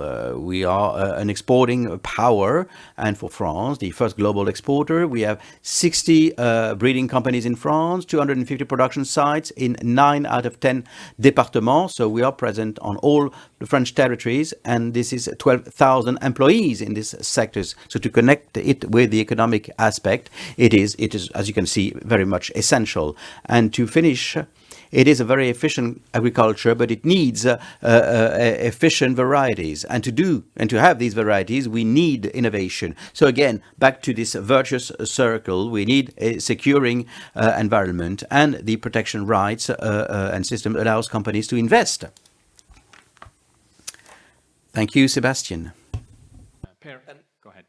Yes, I'll try to make my presentation a little bit out of a Nordic perspective. And one very important scenario or part of the report is that show the importance of plant right to right. If we look on the Nordic countries, maybe with the exception of Denmark, the Nordic countries are covering several climatic zones, long and narrow countries, and the varieties are required different varieties are required for the different climatic zones, which again will be a system with a solid base to stand on for the breeders are required really to develop varieties for all these different climatic zones. And the report really shows that this solid base do exist, and that the breeders are prepared and can calculate on the investments required for the different areas. Looking on the impact of the climate as one example, we have seen over the past years that the Nordic boundary for autumn drill crops are moving gradually north, which of course then requires investments in breeding of this type of varieties that can stand or can cope with the environment. Still winter, not too harsh as it used to be, but winter is still a issue to calculate with. And then of course is the day length. Gradually moving north in the Scandinavian countries, the day length are an important part of the development of varieties, that you have varieties that cope with 24-hour sunlight. So moving varieties east-west is one thing, but moving varieties north-south is a completely different scenario. Mm-hmm. But with a system that will be in place or is in place, will provide a solid base and has proven for the breeders that it is valid and it is a reliable system, particularly in the Nordic countries where we have a appreciation also from the farmers of the protected varieties. And the farmer organizations as well are really supporting the use of certified seed of protected varieties. And also from the aspect of farm saved seed that is allowed to use. But the reporting and the feedback from the farmers in the Nordic countries are very strong in support of the protecting of the variety, which are supporting of the breeding initiatives for our part of Europe. Thank you, Per. Really great. And now it's up to you, both the audience here in the room as well as the audience online. Please pose your questions on evals.fr, and I will be walking around with a microphone for those people who would like to pose a question. If you have a question, then please let me know. I had a question myself to Bert-Jan. We have seen that the report that the CPVR system is making a really positive contribution to growth in the EU. Are there any other things that we can do? What else can we do to both plant breeding and plant variety protection to boost growth? Okay. Well, we can do a lot, I think. We have to do a lot because the challenges are, we have a lot of challenges to face. First of all, I think it's important also to think about, let's say, realistic timelines. Because we have to deal indeed with new targets in relation to farm to fork and so on. But also listening to the Commission this morning, I realized to develop a new variety that takes years and years. It takes sometimes 10 years. So that's also kind of reflection, I think, to us as politicians about targets. We have to be realistic. That's one element, I think, we have to think about, also in relation to this discussion of food security and so on. What can we do more? I think it's also really important to work on, let's say, a better access for breeders to new breeding techniques. Because, as I said, it takes so long before a new variety is developed. And I think that new breeding techniques and, let's say, a more flexible legal framework for new breeding techniques is really important, especially also for your sector. And I think what's also important is to work on legal, certain legal certainty for the future. And in the current system, an important element in the current system is the breeder's exemption. That gives a real important certainty for the breeders. Because then the plant material remains available for new breeders to develop new varieties. And that's an important element.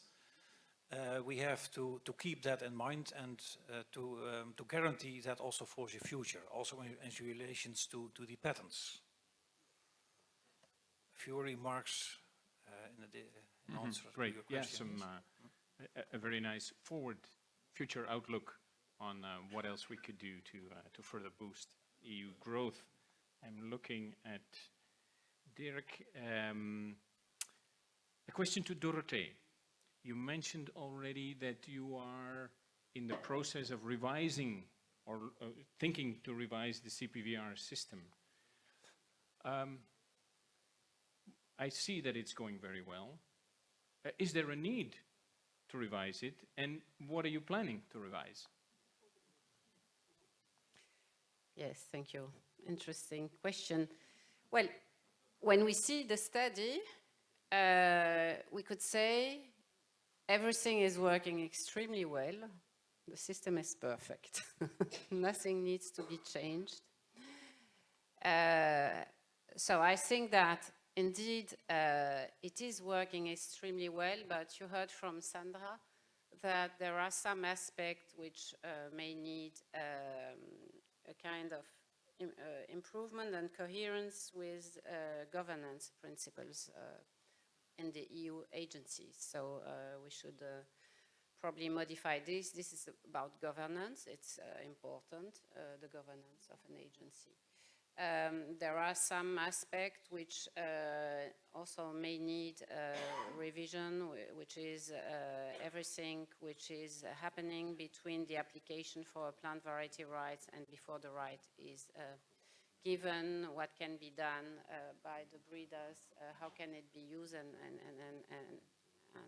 so that's an aspect which is often discussed. What I think needs also to be done is how are we going to, in the future, also take into account the diversity we are going to develop, or we are developing. So we do have some, and this was addressed by Mr. Ferreira, and we are going to have population, we are going to have things which are more heterogeneous, we are going to have organic varieties, and I know that the mantra until now is that this is not submitted to the protection. But honestly, I think we have to change a bit our mind here. I would like to pave the way for different thinking.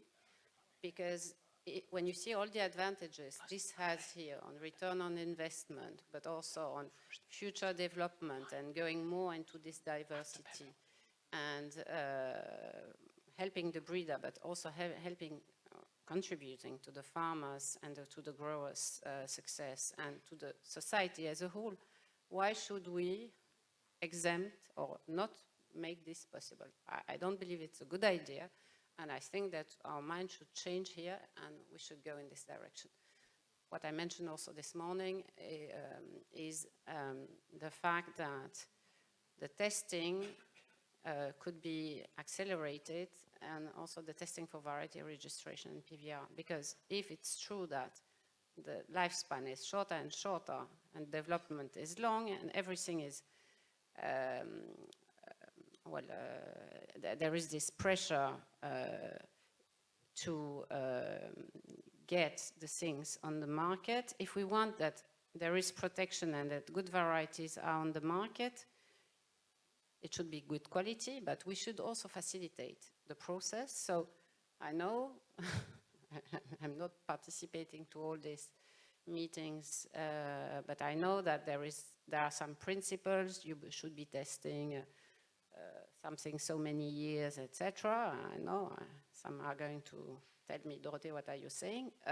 Yes, and yes, but I think it's very nice to test long and several times, but maybe in the view of the whole exercise, which is more adaptability, quicker things on the market,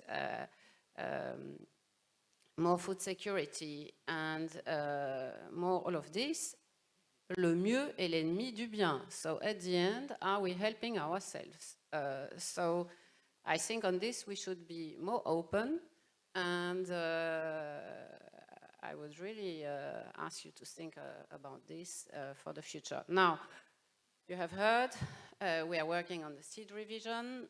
The things are interlinked, they're independent but interlinked. So in a way, we are going to address already some elements in the seed revision. And as in the Commission, as you have heard Sandra saying, there are many priorities. And we have the COVID and we have now this Ukraine aggression. The money, the resources, etc. are short, so we cannot do everything all together. My colleagues want to sleep and they want to have weekends, and it's fair. So we cannot do everything together. So what we announced in the IP action plan of DG Grow, which was that we would be starting to work on our, well, to think again on what needs to be changed in this legislation on the basis of this old evaluation some 10 years ago.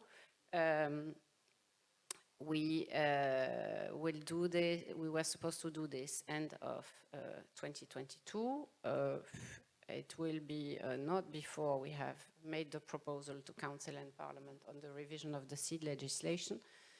And then we will start the process. And we'll start the process, but we do have some good ideas, and we will work also with our colleagues in CPVO. They're helping us also because they're managing the system, so it's very important that we do have a good collaboration, and we do, and we will continue, but one by one, step by step.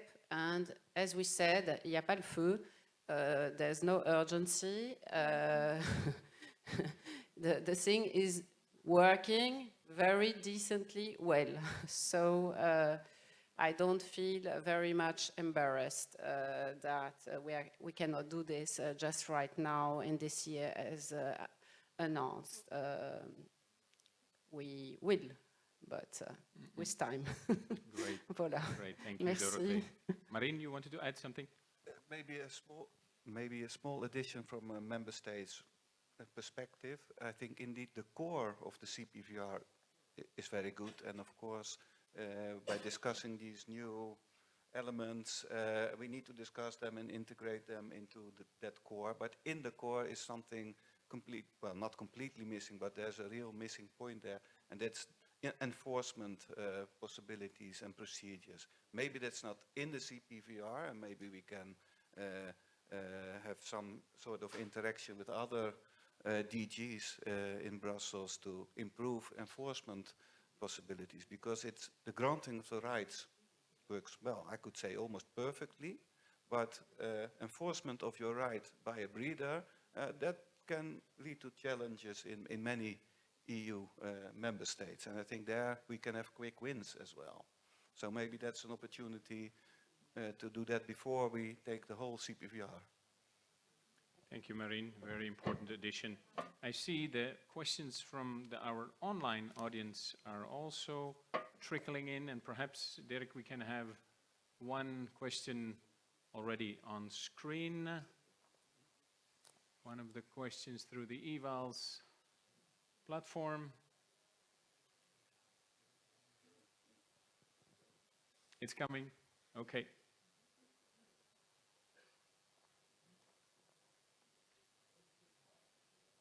Voilà. Can universities, academic institutions, agricultural, technical colleges, etc., do more to help breeders innovate and lodge applications with the CPVO? If so, how can this be done to ensure individuals and SMEs lodge applications and not the colleges? Who would like to take up this question? Can also be from the audience. Huh? Well, maybe if the rest of the panel doesn't mind, I can give a first shot over the bow. Within UPOV, so the Global Convention, we say anyone can be a breeder, and anyone, and we already heard there are individual persons that can apply for plant breeders' rights. So I don't see in that regard an impediment of, let's say, lodging applications, but I think it's more about the rules and regulations within industries, etc., that are at stake here. And of course, that's not what we can control here. Or I misunderstood this question. That's also possible. Thank you, Marine. And I think it's important not to forget the role of the public sector in the whole breeding process. Of course, we think of the major crops that are often taken by the private sector, but also the public sector plays a very important role, and it's crucial that we keep stimulating also our breeding efforts in the public sector. Sébastien, you would like to add? Oui, merci, j'aimerais ajouter quelque chose. Moi, là, je représente le... Yes, I'd like to add something. I represent here the private sector, but I was also at university a long time ago, and there are interactions between private and public sectors. Cooperations exist. So don't consider this, they're on walls. There are cooperation, exchanges, and that's why we can move forward. That's why we communicate. Oui, tout à fait. We are having research programs, and we have this public-private partnerships. And for example, we have these different projects which were raised this morning, where you have, well, at least there is the possibility that both apply, and that's where there can be collaboration, which afterwards can lead indeed the companies to apply, but I don't believe there is any restriction that a public organism could apply to. It is open, but this steering and this push of the research between the private and the public is really helped by our EU Horizon programs, and we have the Innovar and Invite project in particular, but it's for all fields, it's horizontal it's a general principle that we should put them together so that they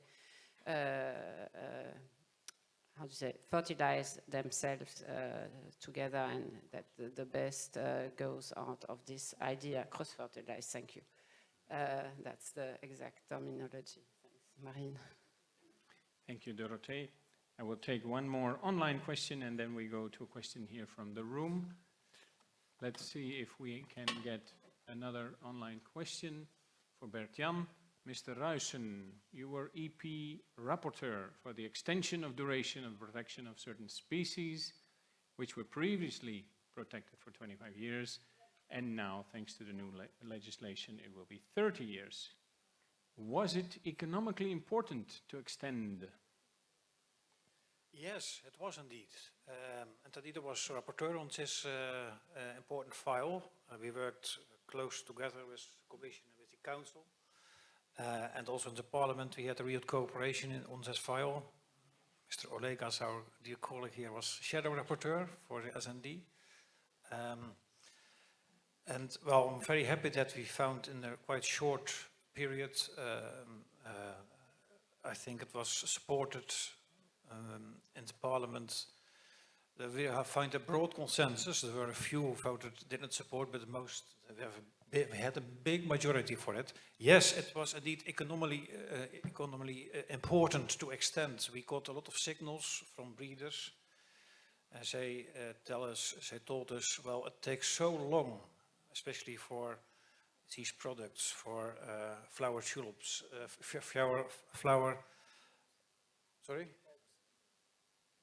bulbs, flower bulbs, asperges, and so on. It takes so long before you have enough material to sell your product, and 25 years is really too short to get enough money, let's say, back for your investments. Well, we were really happy that the Commission took that signals serious and came with a proposal to the Parliament and Council, and that we could find a good compromise on that. Good result. Thanks for the question. Thanks, Bert-Jan. We also have questions here in the room. Please introduce yourself. Yes, good morning. My name is Nunzo Bambara from the UIPO. Question is to decision makers, both Commission and Parliament. I don't know who wants to answer first. We saw from the study that, and as also confirmed by my colleague Nathan during the Q&A, that production and fostering of plant variety, especially from SMEs, give a positive contribution to challenge climate change. We also heard from the Director General of Sant, Mrs. Gallina, that the war in Ukraine and COVID has shifted a little bit of list of priorities in terms of policy decisions. We also know, however, that there is a Green Deal. So the question is there any way to fit or to promote any policy initiative to help SMEs, or at least the production of this plant variety, in light of the Green Deal? Could this be something to think of?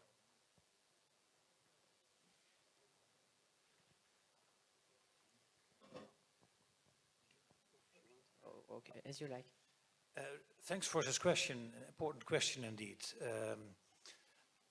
I would like react as follows. I think what's the best way to help SMEs in this sector, to help breeders?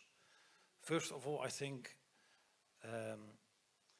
to create and to work on, let's say, more flexible regulations. For example, and also to improve regulations. We just talk about the extension period for flowers and so on. That's a way of, well, improving regulations. So we have to have a look on our regulation and to see where are bottlenecks in the regulations.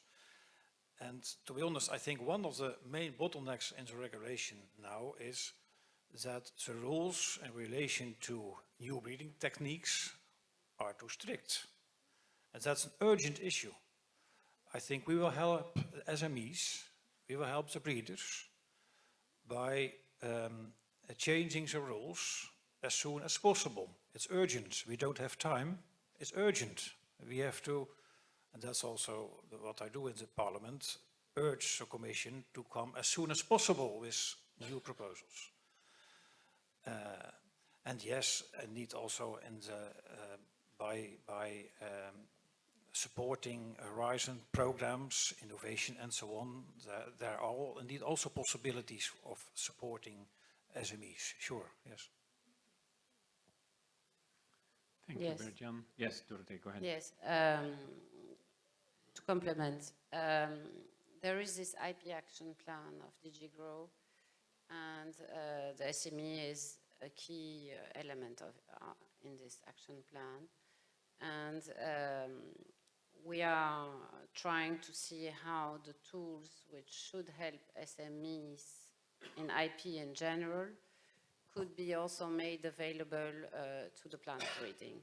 So we are working on this together with my colleagues and Francesco, how to get also more support of SME in this field of plant variety rights via the tools which are being developed by our colleagues in DG Growth. So that's an important element. Then obviously we do also have obviously the legislation. So in which way can we support SMEs? Well, we have seen anyway that for plant variety rights, it looks as if they are 90% of, they represent 90% of the companies, but only 60% of the titles enforced. So I think indeed a focus on SME, how to help and improve their access to the titles is certainly a key thing. The legislation, we will, when we do change the legislation, we have an SME test. So we are just starting the SME test for the revision of the seed legislation. And let me take the example of some new elements we are testing for the seed legislation. For example, shall we introduce sustainability elements in the legislation for more species than we have now? I can see already anxiety in the room of some colleagues. We are asking the SMEs now, if this would be the case, what else would you need? What type of support would you need? Do you think you could do it like big companies? What do you suggest? So this is part of any revision of the legislation. So this will be very interesting now for the revision of the seed legislation, but also very interesting for a future revision of the plant variety rights, to use this questionnaire to SMEs and to get the replies, what can facilitate. And then we adjust our legal proposals. So that's a very useful tool also for us when we draft legislation, this SME questionnaire. It's very, very important. Maybe if you allow a short addition, because the beneficials of the PVE are farmers as well. And there's so many SMEs. So when we talk about SMEs and helping SMEs, etc., we should not forget the whole farming community. So SME is a much wider concept than only those directly impacted by our rules and regulations. So that makes it even more worthwhile to do these actions. Thank you, Marine. I have a question to Per.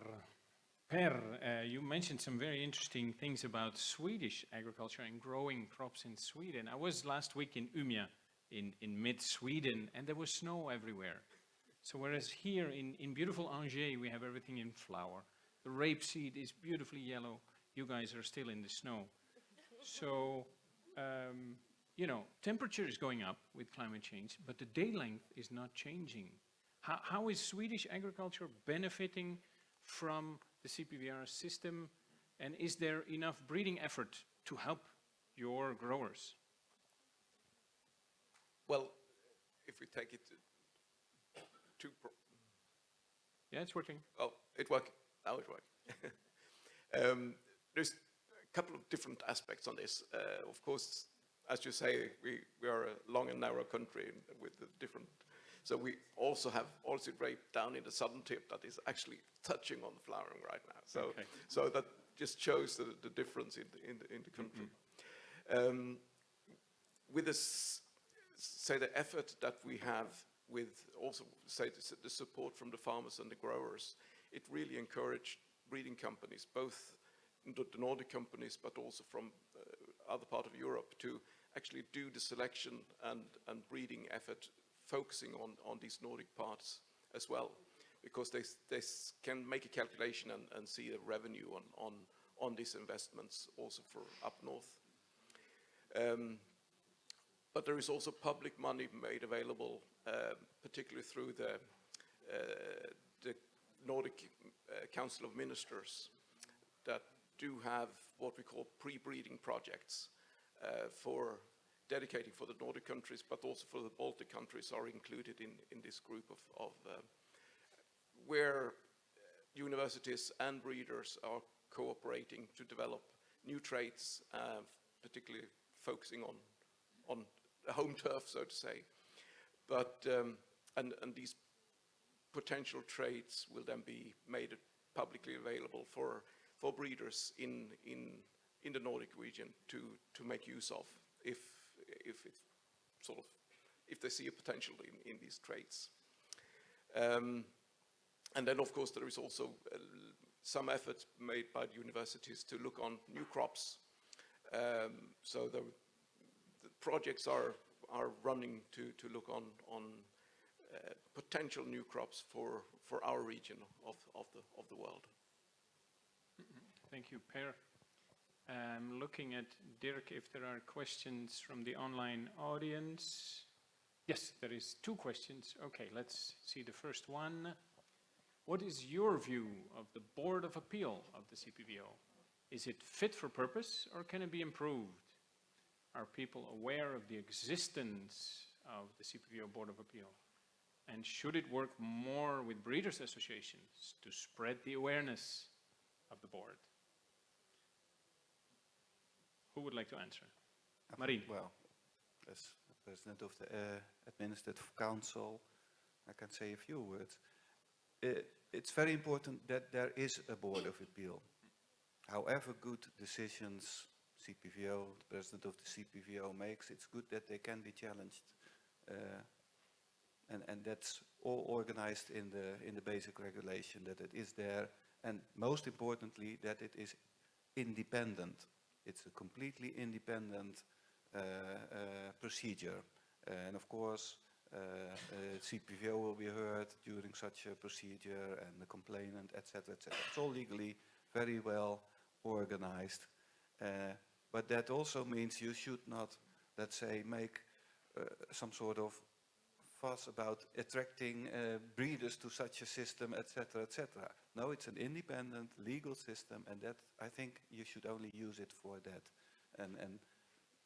And are breeders aware enough? I think they are. If they really feel that their rights are not treated fairly, well, they will find their ways to challenge decisions taken by CPVO.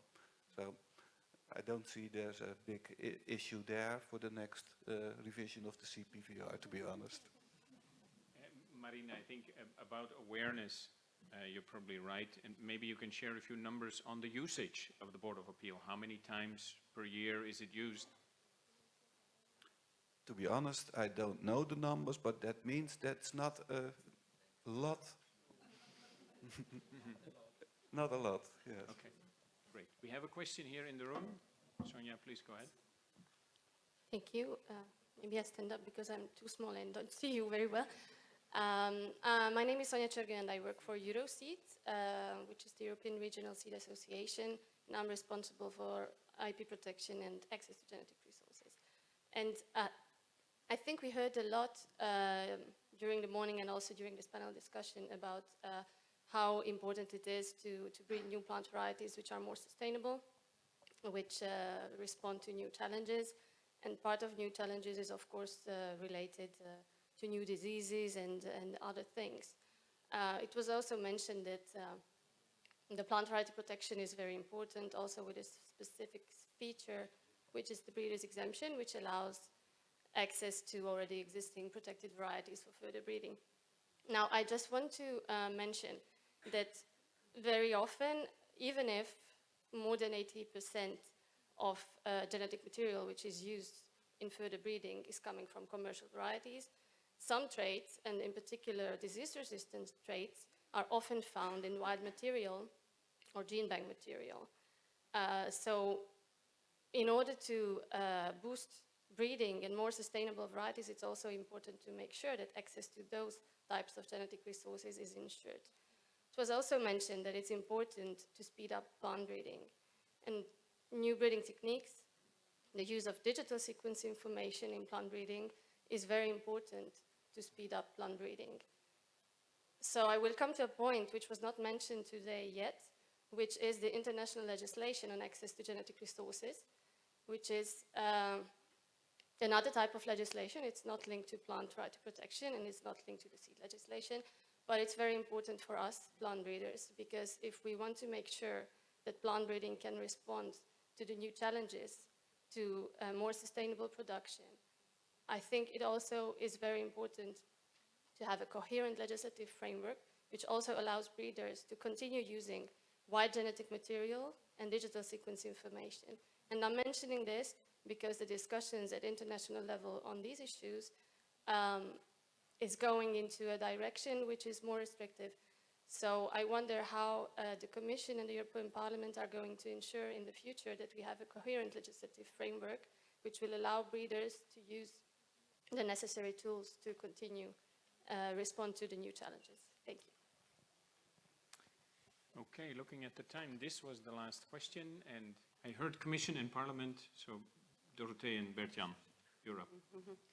Well, yes, thank you, Sonia. And I know that these discussions on genetic resources at international level are, how do I say, more or less progressing slowly, if not stuck. And nevertheless, I think that we are doing our efforts there to have a EU coordinated position, and we are also discussing with the industry before this. So there are many topics of discussion on the scope of what should be in this benefiting from this list of species for which there should be resource sharing and benefit sharing, and whether some sequences should be protected or not protected. I know that the industry is also very much interested in this, like the NGOs, and I think at the end it is true. It's a very important framework, and we have to make sure indeed that we can find the resources, and we can find the resources for the breeding, and to continue with diversity, and to continue to develop new varieties. So I think this is indeed, it's not directly linked to the plant variety right legislation, neither the seed legislation, but it has an important impact, and we should keep a close eye and be sure that we are listening when we are going into this international fora as a Commission and with the Member States, that we are coordinating our position, and that we have the input of all stakeholders, not only industry, also NGOs, everybody, the farmers, Copa-Cogeca. We are interested in all views in order to coordinate our position and defend this at international level. I think it's indeed a very key question, but open to all views, and then EU coordination. Short reaction, Bert-Jan. Sure. Well, thanks for raising this point, because we share your concerns, because we realize that this is a crucial element in the breeding. Without access to plant materials, you can't do your, let's say, your work, and that's in this aspect that needs indeed international coordination, well, it's really important that we as EU at EU level take our responsibility in this respect. Well, thanks for raising this point. That helps us also in let's say reflecting on that. I think, well, let's not only focus about our internal discussion about access to plant materials in relation to patents and so on, but we have also to think about access to plant materials outside Europe. Yeah, thanks for that. Yeah, thanks. Very short, Marin. Yes, last year we reviewed our Dutch initiatives, etc., what we do in the field of biodiversity, because that's also what we talk about here, but also access to plant genetic resources. And we indeed concluded that progress on this international field is extremely difficult and, well, maybe even impossible, to be honest. It's very frustrating in a way. And that will not be solved in a quick way, we thought. But what we can do, and I think that is something for all EU members and even also the Commission to reflect on, we doubled the budget of our plant gene bank efforts. Because what you can do on your own, what you can safeguard and collect, etc., that is already very important to do so. So, and I think if more European countries would do so, then at least we are less dependent on international things going on or not going on. So this is a matter of, in the end, food sovereignty, what we're talking about, and we think we should invest more in that. Good, thank you, Marin. Important to keep it on the radar screen, these very important topics. I now arrive at this very sour moment where there are more questions, but the time is up. So I'm afraid this is all for panel discussion one. I would like to give a huge hand of applause for our panelists.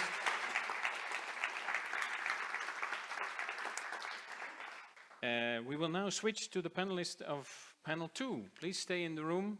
It will just take 2 minutes.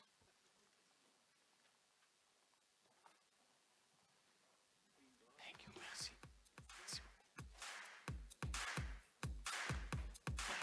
And we're invited to dance.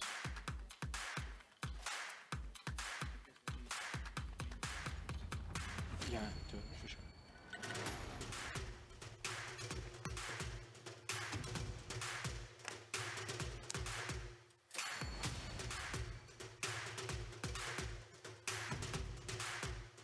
The nightlife in Angers is like, it must be very vibrant, the nightlife in Angers, no? Normally it's a sweet classical music, some Baroque, but it's good. It wakes up everybody.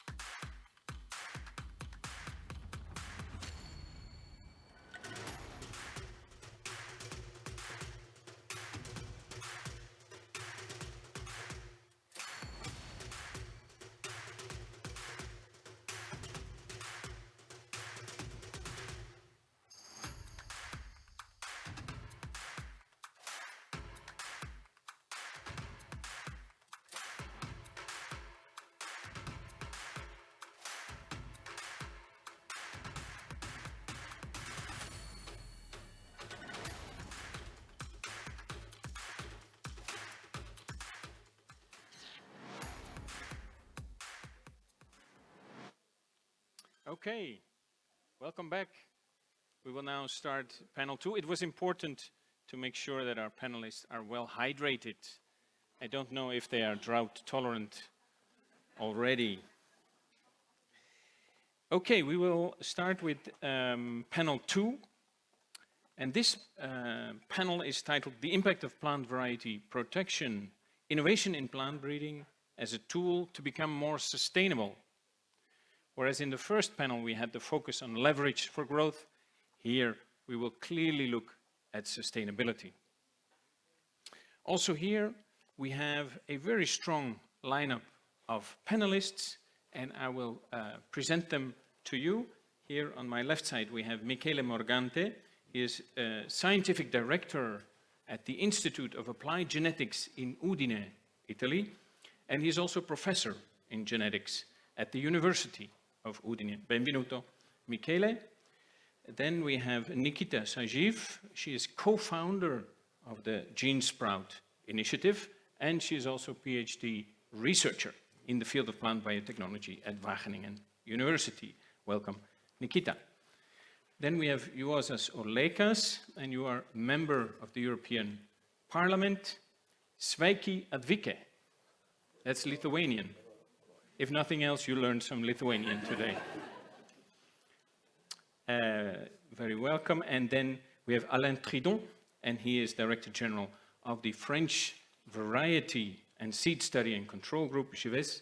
Bienvenue, Alain. And on screen is joining us Ms. Diana Lenzi, and she is President of the European Council for Young Farmers. Benvenuto, Diana. Again, as in panel 2, I would like to ask the panelists for a very brief reflection of the 3 presentations that we heard this morning. Michele, may I start with you? Yeah. Well, I think the importance of the study that was presented to us lies in stressing the advantages that come from plant breeding and plant variety protection. But I think the most important part that needs to be communicated properly to the general public is not so much the fact that through plant variety protection we can increase yield, because I think that's something that people are quite aware of, and they actually not necessarily like it, because they equate higher production with a lot of things that are not appreciated in the food sector.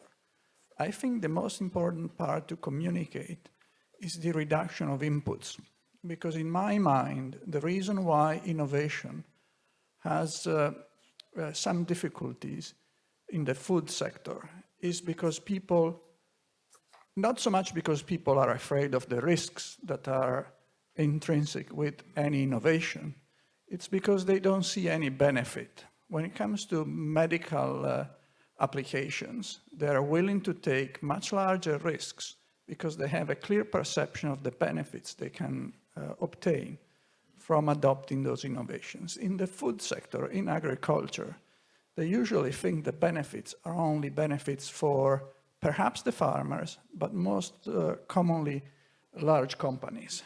So I think we need to communicate properly that plant breeding and plant variety innovation can lead to a more sustainable agriculture, because we need genetic improvement in order to reduce the inputs. So to see figures as those that were laid out clearly in the study and to communicate them properly, I think is an important aspect. I think it's also important to explain that yield per se can lead to benefits because, and I think that was mentioned by the presenter, land use change is actually one of the main contributors to greenhouse gas emissions. So to explain that if we can have varieties that yield more, we can spare some land and restore wilderness on that land, I think it's a very important aspect. And we can also decrease greenhouse gas emissions. So I think the most interesting part of the study for me was to see that you can actually measure benefits that come from varietal innovation. Yeah, thank you, Michele. Nikita, your thoughts? Well, firstly, it's great to be here and represent our initiative, Gene Sprout. Well, it was really nice to see the study because it's something we all hoped for, but I think it's always nice to scientifically support it with data and look at those tables that show the SME contributions. And I think for us as Gene Sprout, it's very important that we communicate this within the scientific community, but also with the public. And in our talks to encourage critical thinking and more informed opinions about these things, we came across a very common theme, that people in general we're quite concerned about not having a clarification about how plants that are edited using genome-edited techniques will be treated in the future. The plant variety protection is very much favored and has been doing so great until now and hopefully in the future. And with these techniques, we will have varieties very quickly made. So the lifespan of breeding these varieties will be dramatically reduced, and we hope that there will be even more innovative varieties that will support sustainability and climate change. However, this also brings upon different things. Changes in legislature for the genomic techniques is different from intellectual property.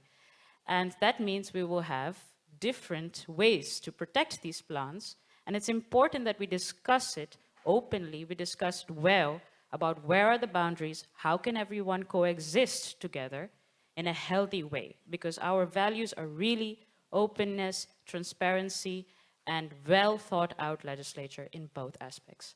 But this study really reconfirms the importance of plant variety rights, and we really hope it will play a very, very important role in the future as well. Thank you. Thank you, Nikita. I'm going to switch up the order, and I'm going to look at Diana. Diana, would you like to share your thoughts on the presentation this morning? Good morning to everyone, and my apologies for not being there in person. I'm not too far away, actually. I'm in Paris, but it was impossible for me to join you. I must say I was very impressed reading both the brief, but also seeing the presentation this morning by the findings of the study, because what I see is I start finding solutions. We have a great big conundrum. We have a sustainability agenda that is urgent, that has its own needs, that is felt by the farmers, because we know that sustainability and having a positive or neutral impact on our ecology and on our climate is very important for farmers themselves in their everyday work. And at the same time, we are seeing that food security is not so secure anymore, and that we have to also rethink and reshape the value chain. We need to reshape our supply chain. And here we, for once, after a long time of having seen policies that were kind of in a way probably poorly communicated, but very punishing. They told us everything we were not supposed to do anymore. Here for once we start seeing what we could do, where we can find a way to improve our yields, but at the same time improve our impact towards what we put as inputs that could give us a greater revenue. That is where I find the really interesting thing. We were saying that these plant varieties need to be communicated properly, and I couldn't agree more. I think agriculture, the farmers' work, and what we produce is poorly communicated. And if we were to really instead include civil society, if we were to include the consumer in what the farmers are doing in order to improve their impact, to give them safe, secure, sufficient food, I really feel that we could get that reward that would probably put the third element of what sustainability is and definitely needs to be for a young farmer who's building his future, which is the economic revenue. Farms need to be economically sustainable. Young farmers need to have the opportunity to build a sustainable living from their work. And I really feel that through communicating the greater and better impact of these plant varieties to the community and to the consumer, we could probably get that famous better revenue that is necessary. Thank you, Diana. Switching back to the room here, Joasas. Thank you. It's my pleasure to follow Diana, because before I arrive here, I have the meeting with our chair of Lithuanian Young Farmers Association chair. And when I explained him where I'm going, he said, you should say that we are ready to continue our collaboration with the breeders. We need to new technologies, implementation, and to really, we want to achieve the sustainable agriculture and progress in the agriculture sector. And what we hear from the previous statements in the morning session, I think it's really very important to show to us that we have a quite good system for breeders, for common plant variety rights implementation in Europe. Despite that, we have some discussion in the European Parliament that we should change, maybe we implement patents and so on, but this is few questions. But first, as for me, as a medical doctor, not to damage what you have. You have the system, you can improve, but you not to do something quickly, not in the good way. And the second way, I think we're feeling that in the European Parliament also that the scientific knowledges and progress knocking to our doors. The new breeding techniques, it's very important for European farmers, for European breeders, I think, because the regulation in United States and other parts of the world is more flexible than in European Union. We should discuss this issue, we should implement progress in our daily life and achieve the results and guarantee sustainable development in Europe. Thank you. Thank you, Osas. Alain? Merci. Thank you. I want to bear 3 points in mind that are connected to what has already been said by the previous speakers. The first item is that there is no opposition between durability and food safety. Sometimes we can hear a certain opposition, but the work we carry out should contribute, as the representative for DG Santé said, we must make sure that durability is a guarantee for food safety in the medium and long term. Second item, the importance of SMEs in this sector, 93% according to this high-quality survey. Companies that benefit from the certificates. And this should be one element that should guide us, and I'll be talking shop here, in the way we evolve our assessment systems, the contribution of breeders. This should be part of the background of all our discussions.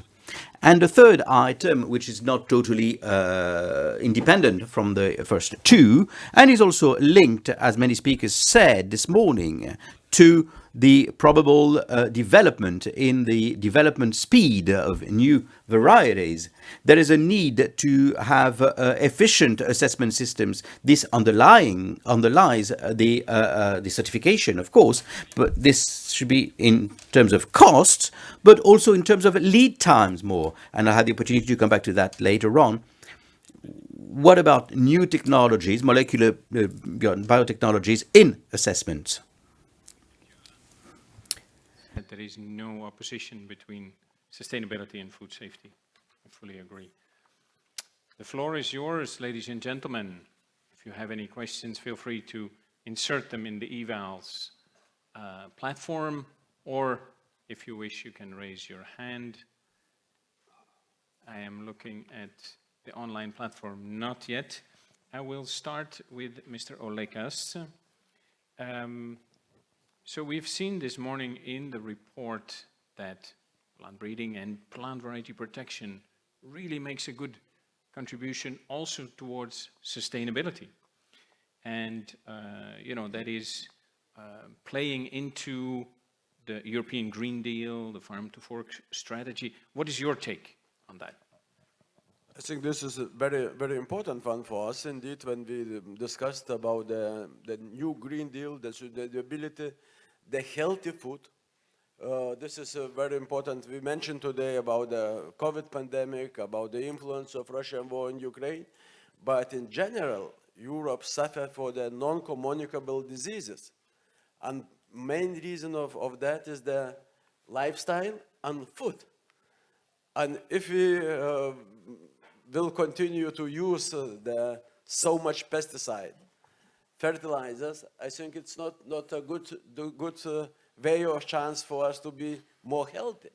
And if we will use the breeding, then maybe the new breeding techniques, it will grow the more healthy food, we can reach the more sustainable future and more healthy life for our European citizens. This is very important. This is very important to have use less pesticides or chemicals, but have to more stronger seeds for the growing all what we growing in our land. This I think this is new technologies, science implementation. It's the only way to guarantee sustainability and a healthy future for Europeans. Thank you, Josas. Nikita, you wanted to add something? Yeah, I just wanted to add, I completely agree that we have to really use these technologies because they do have a very big contribution towards sustainability and a healthy lifestyle. But I also want to stress what Michele already said, that what will help is also communicating the benefits very clearly and also talking to people in a very trustful way, because I think there's also a bit of lacking of trust. And when we say that something is good, you need to trust that information, to agree to that information, to really believe in that information. And I think we can all play a role in that by communicating in a very respectful, but also really communicating directly to all stakeholders involved in this whole debate, so to say. Thank you. Lots of work in different fields, lots of work Yeah. to be done. Diana, if I can ask you a question. From the report, I learned that the EU farmers are benefiting quite a bit. For example, through not only through better varieties, but also, you know, with better resistances, less use for crop protection products. What is the view of the European young farmers of the current CPVR system? Is there a need, and what's your take on that? Well, yes, absolutely. I mean, the farming community is made by people who are very pragmatic, no? They're very, their agenda, their day-to-day work is very pragmatic. And so they need pragmatic solutions. And when, which is why we also really need to bring the farming community on board. As a young farmer, I see kind of the gap that we have in the capacity to innovate, to think, even to look for different solutions. And this is something that I would really like to see become a little bit more mainstream. I sometimes really don't feel that even the farming community knows the full length of the benefits that comes through this system, and that there can be through also the uptake of improved plant varieties or even just patented varieties that they can then use when they go and enter their products into the supply chain to get a better revenue, to get a greater value for what they're producing. And so I really feel that that knowledge gap, that communication gap is the really one we need to take into consideration if we want to use the full potential of this methodology, because this methodology, as we have seen, can really have a great impact on how we are reshaping the agricultural system with the values of the Green Deal, but also while ensuring the sustainability and the safety of the food chain. So we have a huge challenge in front of us, and as young farmers, we like to see it as a huge opportunity. As young farmers, we actually have the huge opportunity and the huge challenge of repopulating the farming community of Europe, which is drastically aging. We are in lack of arms, as I sometimes say. The French minister often said that the farmers were the soldiers of climate change. Well, we're a very small army if you look at the incoming community. And instead, I believe that if, while reshaping the agricultural system and embracing these two agendas, we could actually also embrace that economic sustainability, we could attract more farmers, we could attract more youth that is more innovative, that is up to taking this challenge and using all of these solutions. As Seja, this is exactly what we're doing in these 2 years. We've called it the 7-step road to sustainability in agriculture, because we're finding pragmatic solutions, we're finding scalable solutions, things that can really become the toolkit for the farmers of tomorrow. But what we also need is national systems that will implement these solutions, that will help the farming community be aware of these solutions and bring the whole community in, while not forgetting the consumer side. Thank you, Diana. I want to stay a bit longer with you, and I want to ask if you feel that your seat at the table is big enough. Do you have enough seats at the policy discussion table? And I ask that because I just worked on an article with the World Farmers Organization, WFO, and there I heard that there was a feeling they were not always enough present at the table. How is that with you? I would say that in my experience, it's getting better. I feel that we are actually seeked because we have this also an approach where we are constructive, we're building, we're trying to find together with the policymakers solutions.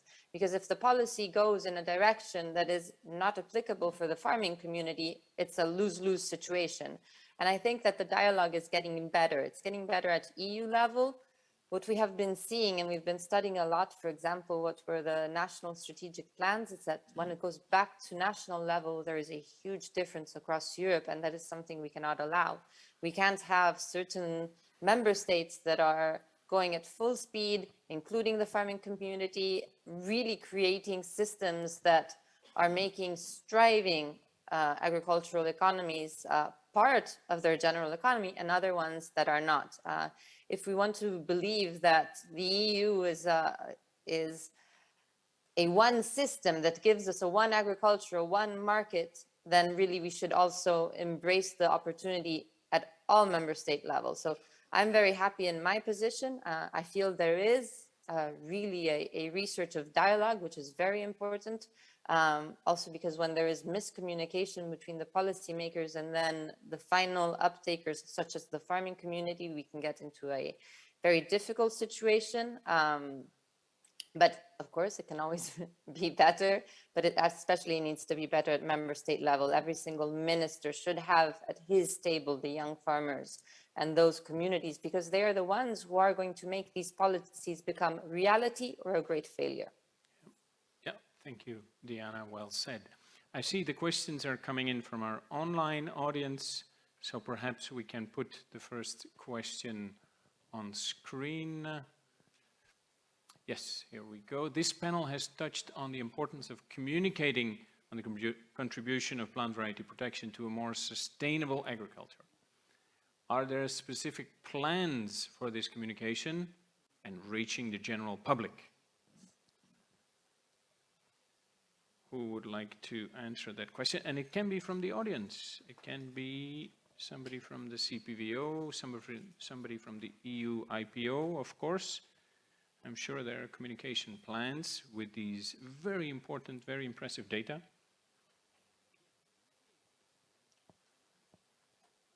Who can I give the microphone? Yeah, Francesco.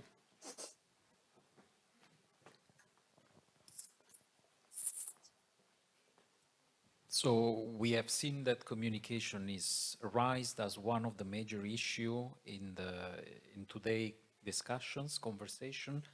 I do believe that we have to tackle it under a partnership approach, under an interdisciplinary approach, because we are not only talking here of innovation in a vacuum, we are talking here of something that has several impacts and point of reference in different policy areas. So the success of our action is dependent on a partnership with all the stakeholders that are able to become ambassadors of this message. And I do believe that the CPVO, with the partners, with the Commission, with other agencies, is able to, let's say, occupy this space. But we cannot do it alone. So from the side of the CPVO, we do commit to continue. This is only a starting point. Thanks. Thanks, Francesco. Very important message there. CPVO cannot do it alone. We are all part of this, where we share these good messages on the various channels that we have at our disposal. Nikita. I would just like to comment, because we talked about a lot of stakeholders, but today I'm here on behalf of young researchers. And of course, we are more upstream of the process and innovation, because we spend years and years of our research to create something, create knowledge for breeding industries to use. And we really, really do this not just out of passion for science, but also to have a beneficial impact on society. So if there is a way that we can help in communicating this message, we're always there, and we would always like to have young scientists also at the table. That's all I would like to say. Thank you, Nikita. I have a question for Alain. Alain, you are Director General of GEVES, and you are doing the variety trials for national listing and for plant breeders' rights. And your organization has been doing it for decades. What kind of changes have you seen over those decades? GVES, indeed, as you said, is carrying out many assessments of varieties, nearly 5,000 new varieties being assessed and tested per year.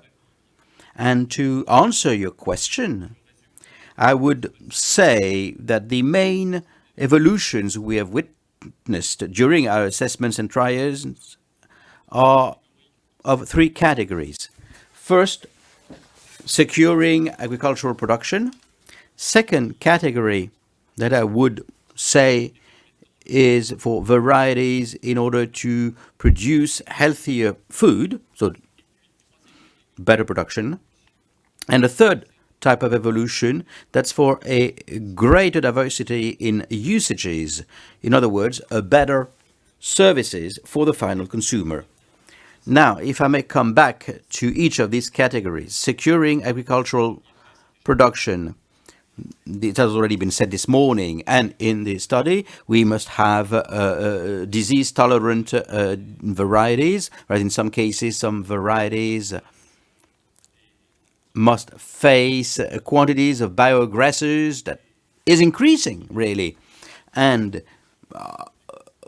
we should use fewer chemical solutions, as already been said, but there are also varieties with new phenologies, with shorter cycle, or postponed cycles, for example, that allows to avoid marked stressed period. I don't know if they could be cultivated when the daylight is 24 hours. I don't know, but we can see this type of evolution. So, looking for more adapted plant cycles to the climate. But there are also evolutions of some species, like sorghum, so that varieties for this species that was originating from the south of Europe, from Africa, to be cultivated in more northern areas. And on that same topic, we saw evolution that we cannot qualify yet, but regarding tolerance to water stress and nitrogen stress. So that was for securing agricultural production. Now, as for varieties for the production of healthier food, and to make it simple, there are two main categories here. Products that have better advantage in their compositions, and those products that have fewer drawbacks. For the first categories, I mean, better fatty acid profiles with more polyunsaturated profiles in rapeseed or sunflowers. Fewer unfavorable molecules, two examples. First one been linked to what I said before. Fewer mycotoxins in cereal products. Major topic here, because mycotoxins are carcinogenic. Or,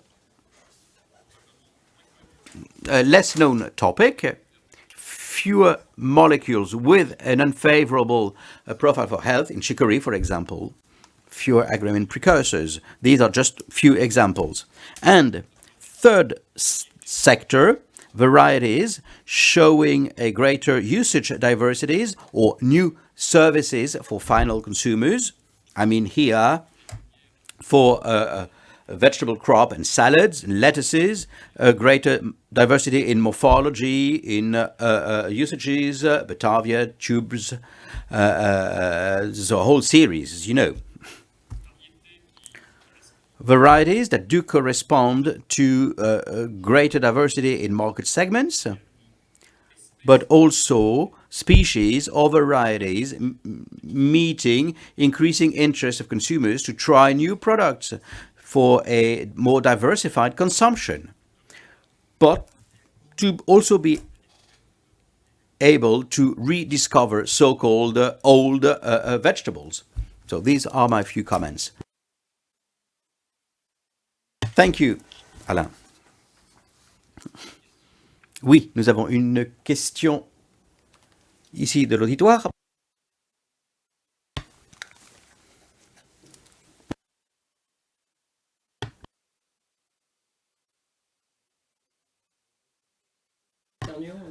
Je viens du Conseil suédois de l'agriculture.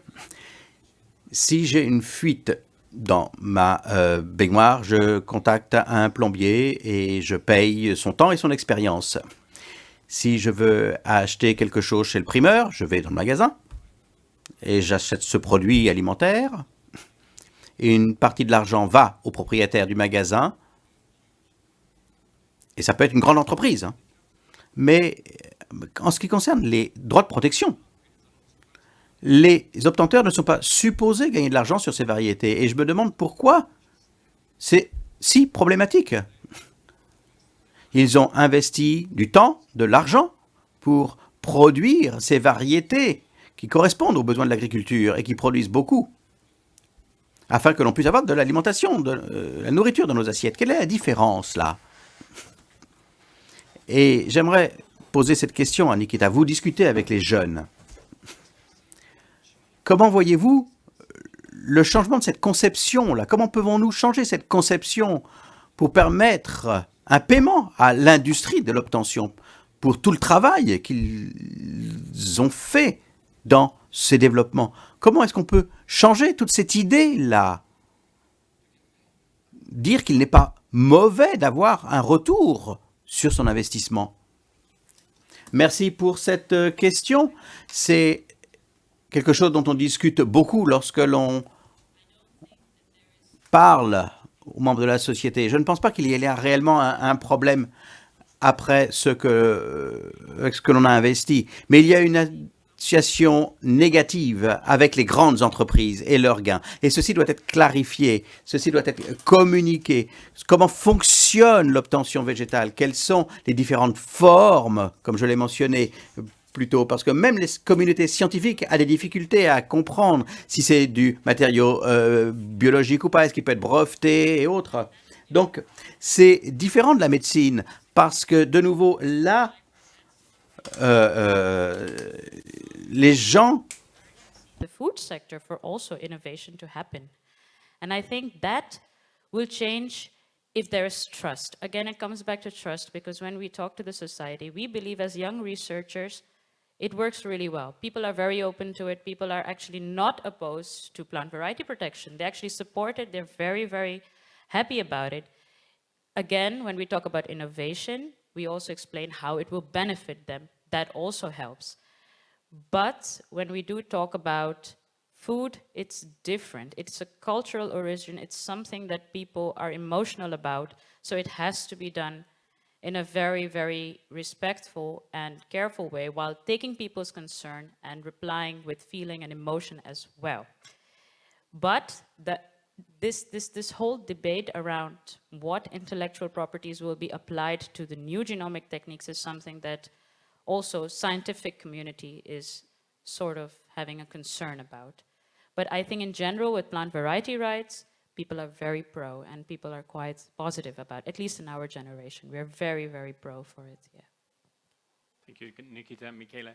Yeah, I want to add something. Thanks for the question, because I think it's a key question in the debate. I mean, I think it also goes back to the fact that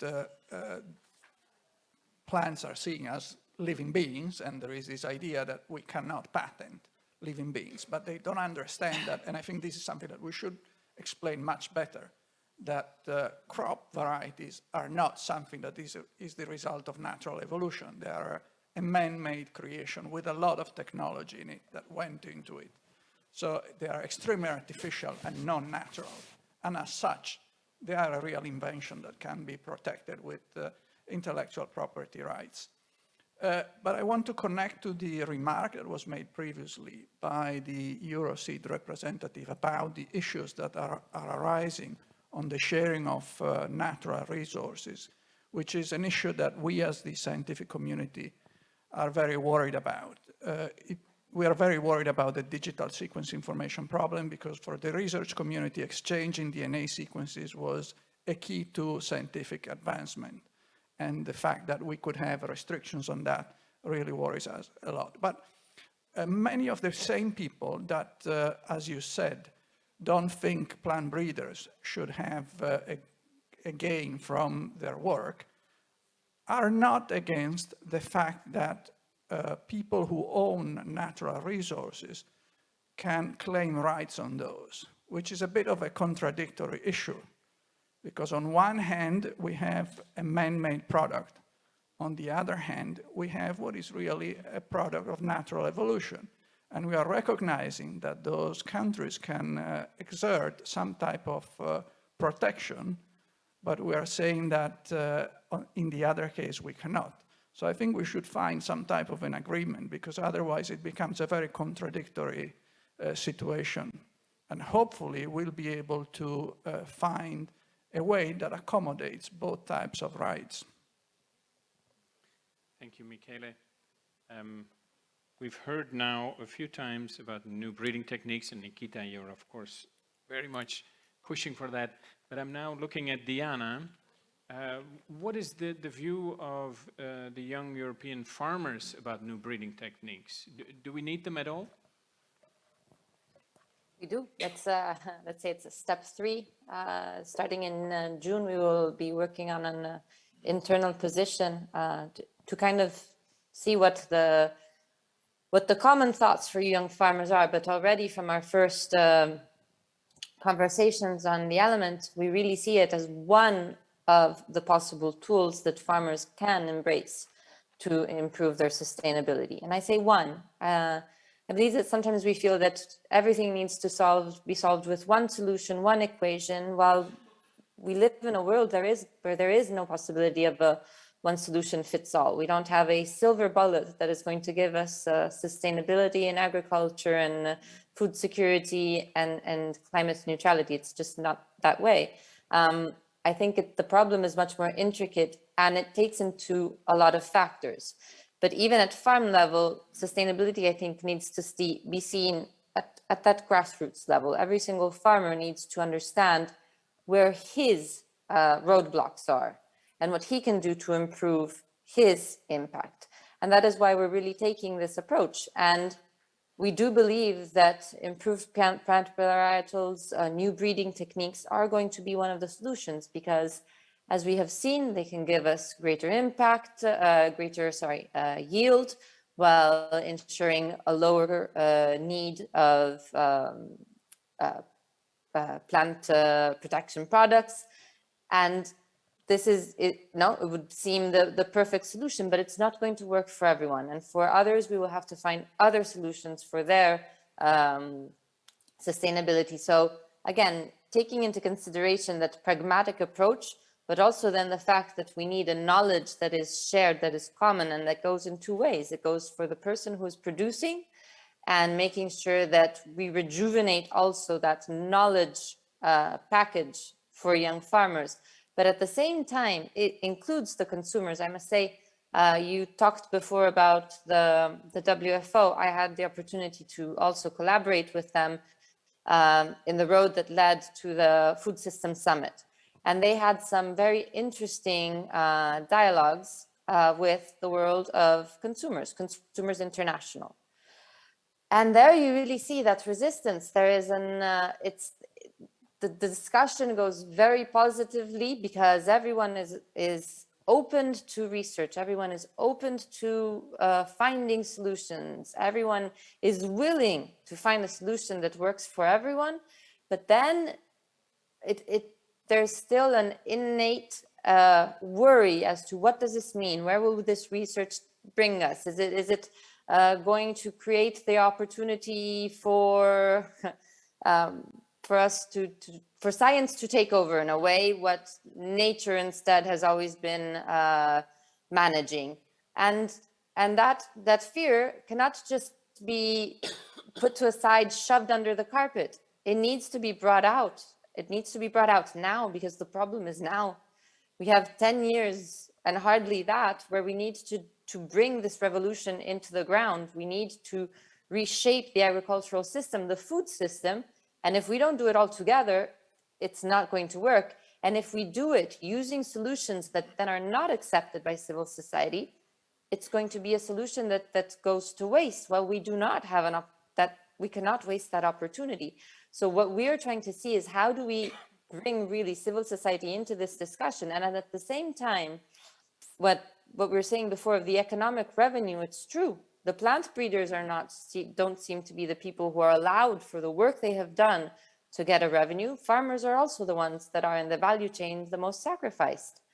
And if we want to reshape that value chain, all of these factors need to be brought into the discussion. Rebalancing something does not just mean cutting in one direction. It means rebalancing, reshaping, finding a new sustainable economic balance that includes everyone. And this is why I really think that the consumers need to know the real cost of food. There's a very interesting German website that factors the real cost of food in terms of climate impact and what consumers should be paying if they knew what it means to buy, for example, tomatoes in February. But it's just one tiny example of somehow that great distance that there is between the perception of the consumer and the price he's paying for his food, for what he believes is, and probably is, a right, and at the same time, the huge work that there is behind all of this, and how this then goes back to the single human being, the farmer that is working in the field, making sure that that food is provided, and that is looking for innovative solutions, that is looking also to the world of research to find those solutions, because climate change is affecting the way we farm. It's changing the way that our plants manage to react to water, to sun, to many external factors that we can't control. And so we need probably new varieties that can instead address these new issues. So I'm for a very broad and open discussion that leaves no one behind and brings everyone to the table. Thank you, Diana. Very well spoken. I saw we have a question from the online audience. Maybe we can put it on screen. Having heard the discussions, I saw a need to have new and faster DUS testing techniques that must be accepted at UPOV level. Thank you and sincere congratulations. This is about DUS testing, so I'm going to ask Alain if you could share your thoughts. How can we make DUS testing faster and more efficient? Oui, ça rejoint la... Yeah, thank you. Thank you. It's all about efficiency, is it not? And duration. And Peter Button is sitting here just in front of me, is in charge of UPOV. There is no basic difficulty, but there are real subjects of research and development. We must be able to define the methods like molecular biology, for example. And let's not forget the necessary link between biology, molecular biology, genetics to test varieties. And it's an important element, another important element, which is morphology, phenology, that we are not sequencing genes. That's not what farmers are interested in. The farmer is interested by a plant in his fields, you know, that will grow in Sweden or in Italy. So we must be able to test. It's a fundamental subject. And we are trying to contribute to all this. We spend 10% of our budget on research and development, because we are trying to develop, in particular, evaluation assessment tools. And we must work with as many contributors as possible. Efficiency is fundamental. See how these new molecular techniques or biochemical techniques can speed up things, can simplify the system, so that we have a smaller number of varieties, that have to be tested. As you all know, a new variety that you're testing to include it into a catalog is not tested in an absolute way. It's tested by making comparisons with an existing system or existing seeds and plants and tomatoes, for example. Let me give you an example. In France, 5 or 6 years ago, a supermarket, a major French brand, started a discussion on the fact that being in the catalogue of the CPVO prevented them from selling interesting tomato breeds. And they had this film, you know, with tomatoes sold at night in a car, whatever. And the supermarket was trying to mix up the fact that a variety, and this variety was not part of the catalogue, that is true. But they're saying that we can't sell it, and at the same time consumers don't find different species or sorts of tomatoes in the supermarket. Normally you have the choice between 5 or 6 different tomatoes. The European catalogue only had 6,100 different types of tomatoes, and nobody finds 6,000 different types of tomatoes in a given supermarket. And I'm telling the story just to add something to the discussion we just had. How can we better share with civil society these different topics? Because it's not very technical, it's not protection of rights, whatever, but we have to explain the organization of trading, of economic systems, and we have to explain that. So anyway, so it's an issue, it's a question of efficiency, the efficiency of our systems, we're working on them. For example, for maize, corn, we've been able to divide by 6 or 7 the number of varieties we have to test, thanks to biomolecular tests, which are accepted and authorized, and we can then focus on a smaller number of varieties. Now, let me add something. Make the distinction between homogeneity and stability. THS, and durability, obviously. But I'd like to draw your attention on the fact that today, most of the criteria we test are morphological, the color of the leaf, the shape of the leaf, and so on. So they're not sustainability criteria. In the system, in vegetables in particular, there are some criteria that, so is it disease resistant or whatever. But, and correct me if I'm wrong, in arable crops, and they're very important obviously, we have 2 systems today, and I'm slightly exaggerating, but not so much. You have THS with morphological criteria on the one hand, on the other hand DCU, the agronomical, technological, environmental. You test those sustainability criteria. And I think that together we have to be very careful. We have to work and make sure that tomorrow or in the future interesting plants, so that they can benefit from intellectual property protection, or they would not benefit from it because they would be too close to another variety.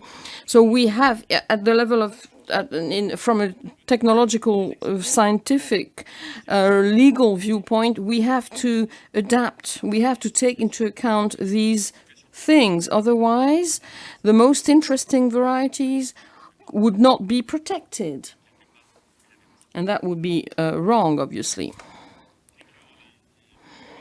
How can we make our PVP testing system better suitable to include sustainability characteristics? Very good point. I heard Yupov, so perhaps Peter would like to say a few words. Thank you, Marcel. And just first of all, to congratulate the CPVO and the EU IPO on this study. I think it's fantastically important for the European Union.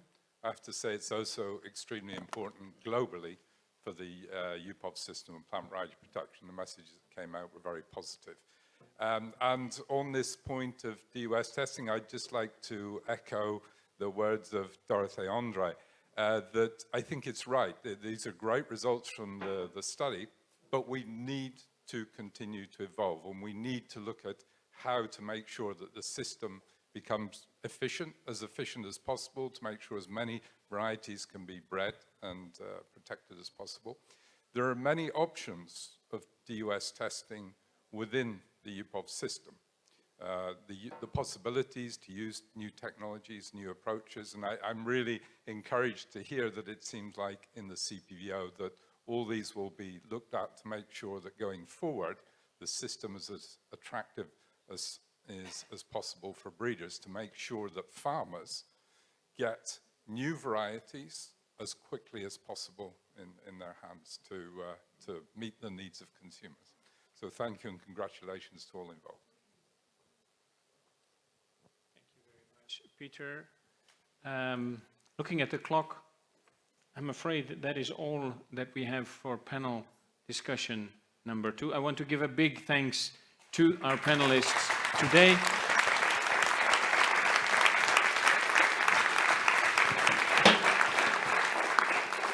Also to Diana, of course, online. Thank you, Diana. And now I give the floor to the president of the CPVO, Francesco Martina, for his concluding remarks. I saw him frantically writing all morning, so he must have muscle cramps in his writing hand. Francesco, the floor is yours. Please share your take-home messages of the debates today.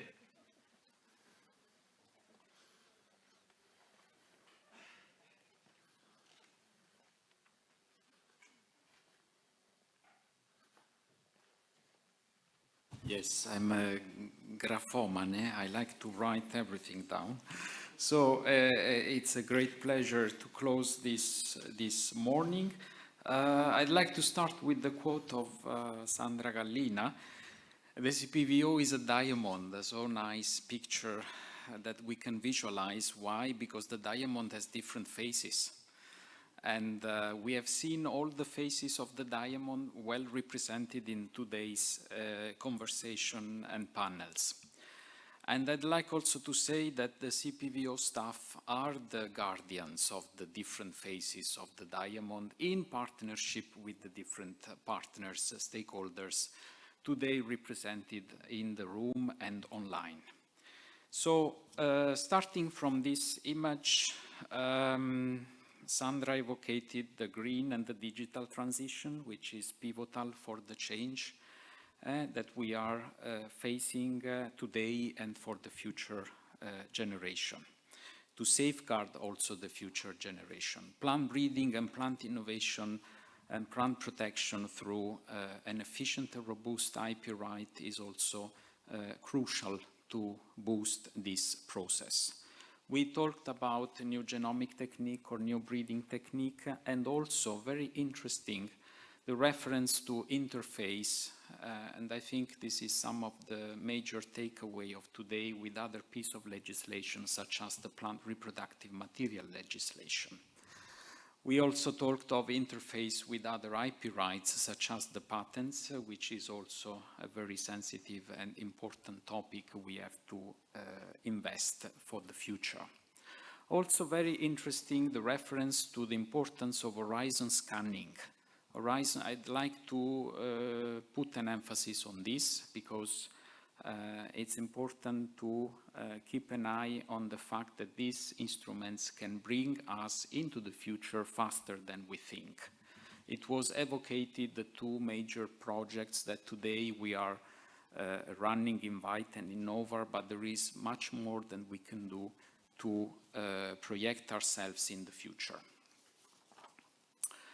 Regarding panel 1, I'd like also to stress that it is, so we also had the perspective of member states, namely from France, and also from the Scandinavian region. And the issues that we heard are very important in terms of creating varieties that are adaptable to different, sometimes extreme climatic conditions.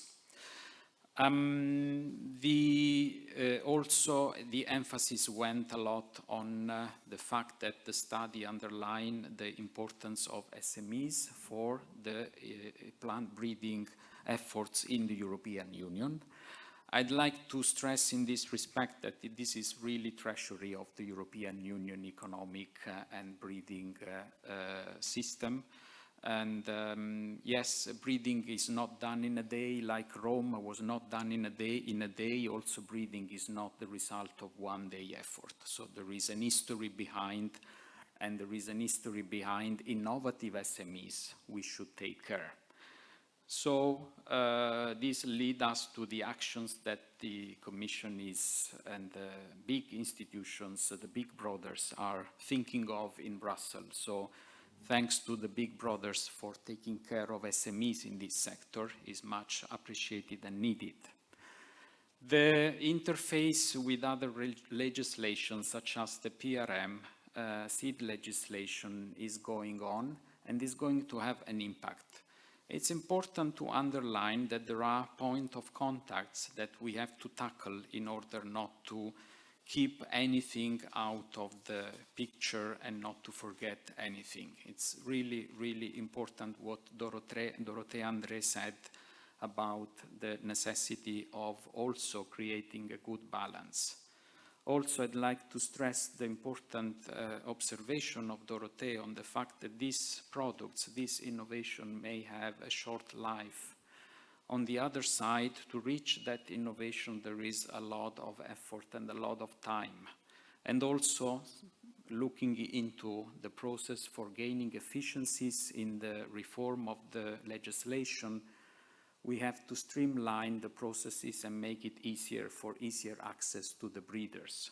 On average, it takes 2 to 3 years to list a variety in a member state, and it could take even longer to get a variety tested in the US for the granting of an IP right. So there must be a balance between the two systems, and there is an opportunity now, so the momentum is now, to gain from the revision of the PRM legislation. Another point that all the panelists and in the study, I guess we can get confirmation, the importance of make targeted, tailor-made, appropriate, factual, trustful communication with the different groups, including also civil society. We heard the voice of the young farmers and the importance that we have to deliver for the young farmers and also for the society at large.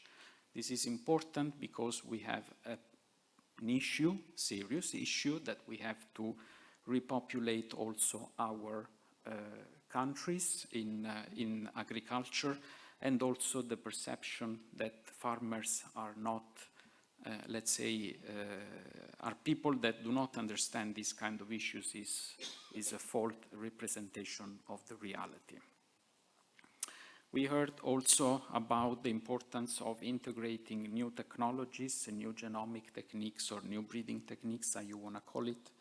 There is a big opportunity ahead of us, and there is certainly the necessity of making good legislative decisions.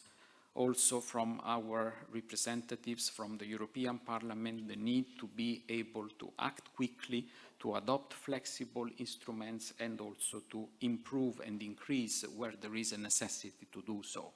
We got the example of the extension of protection for certain crops and the importance of that initiative that was supported by the European Parliament and the members of the Parliament that are here today with us. Also, we heard the importance of accelerating and improving on testing of varieties. And indeed, once again, in this area, we have an opportunity that can come from technology. We also heard that, and we are proud of having a good quality system in the EU. That is not always the case for other countries that are part of the UPOF family. However, we have to find a good balance between quality, insurance, and time factors, cost factors, competitive factors. So it is something that we have to proactively think of in order not to lose anything. Also, and then I conclude, access to protection should be improved. Indeed, an IP robust system goes also through enforcement. It was advocated also the importance of giving the tools to the breeders to eventually enforce the right. But I would also say that if we say that we have 60% of the titles in the hand of SMEs, still, I think we can do better. We can improve, and we can get SMEs closer to IP and enhance also the culture of IP and of the benefits of IP for SMEs. Not only for SMEs, I would also look at research, public universities. We also advocated here the importance of the public-private partnership and the target of Horizon Europe and European actions in this respect. We don't have to forget our researchers, our universities, our professors. Professor Morganti is an example. University of Udine is an example, is a virtual example of protection of innovation and making available this innovation for the public good. It is not always the case. It is not always the case. And still in our member states, there are researches that are not given the right value. So I think we have, and in this respect, the young researchers, I think, can play a role to also foster a cultural change. So it's very important. And also the fact that private-public is not incompatible, they don't compete, they are complementary each other. Access to resources was also advocated, access to and alignment of the legislation on plant genetic resources, very important for the breeders. Safeguarding the breeder exemption is also one of the pivotal pillars that we have to take care of in order to be able to enact coherent legislative framework for the benefit of our European citizens. So all I would like to say to close is all of this is rooted in European values, important, essential European values. These are the faces of the diamond that Sandra advocated early this morning. Thank you very much. Thank you, Marcel. Thank you to all of you and all the participants that stay with us online. Thanks.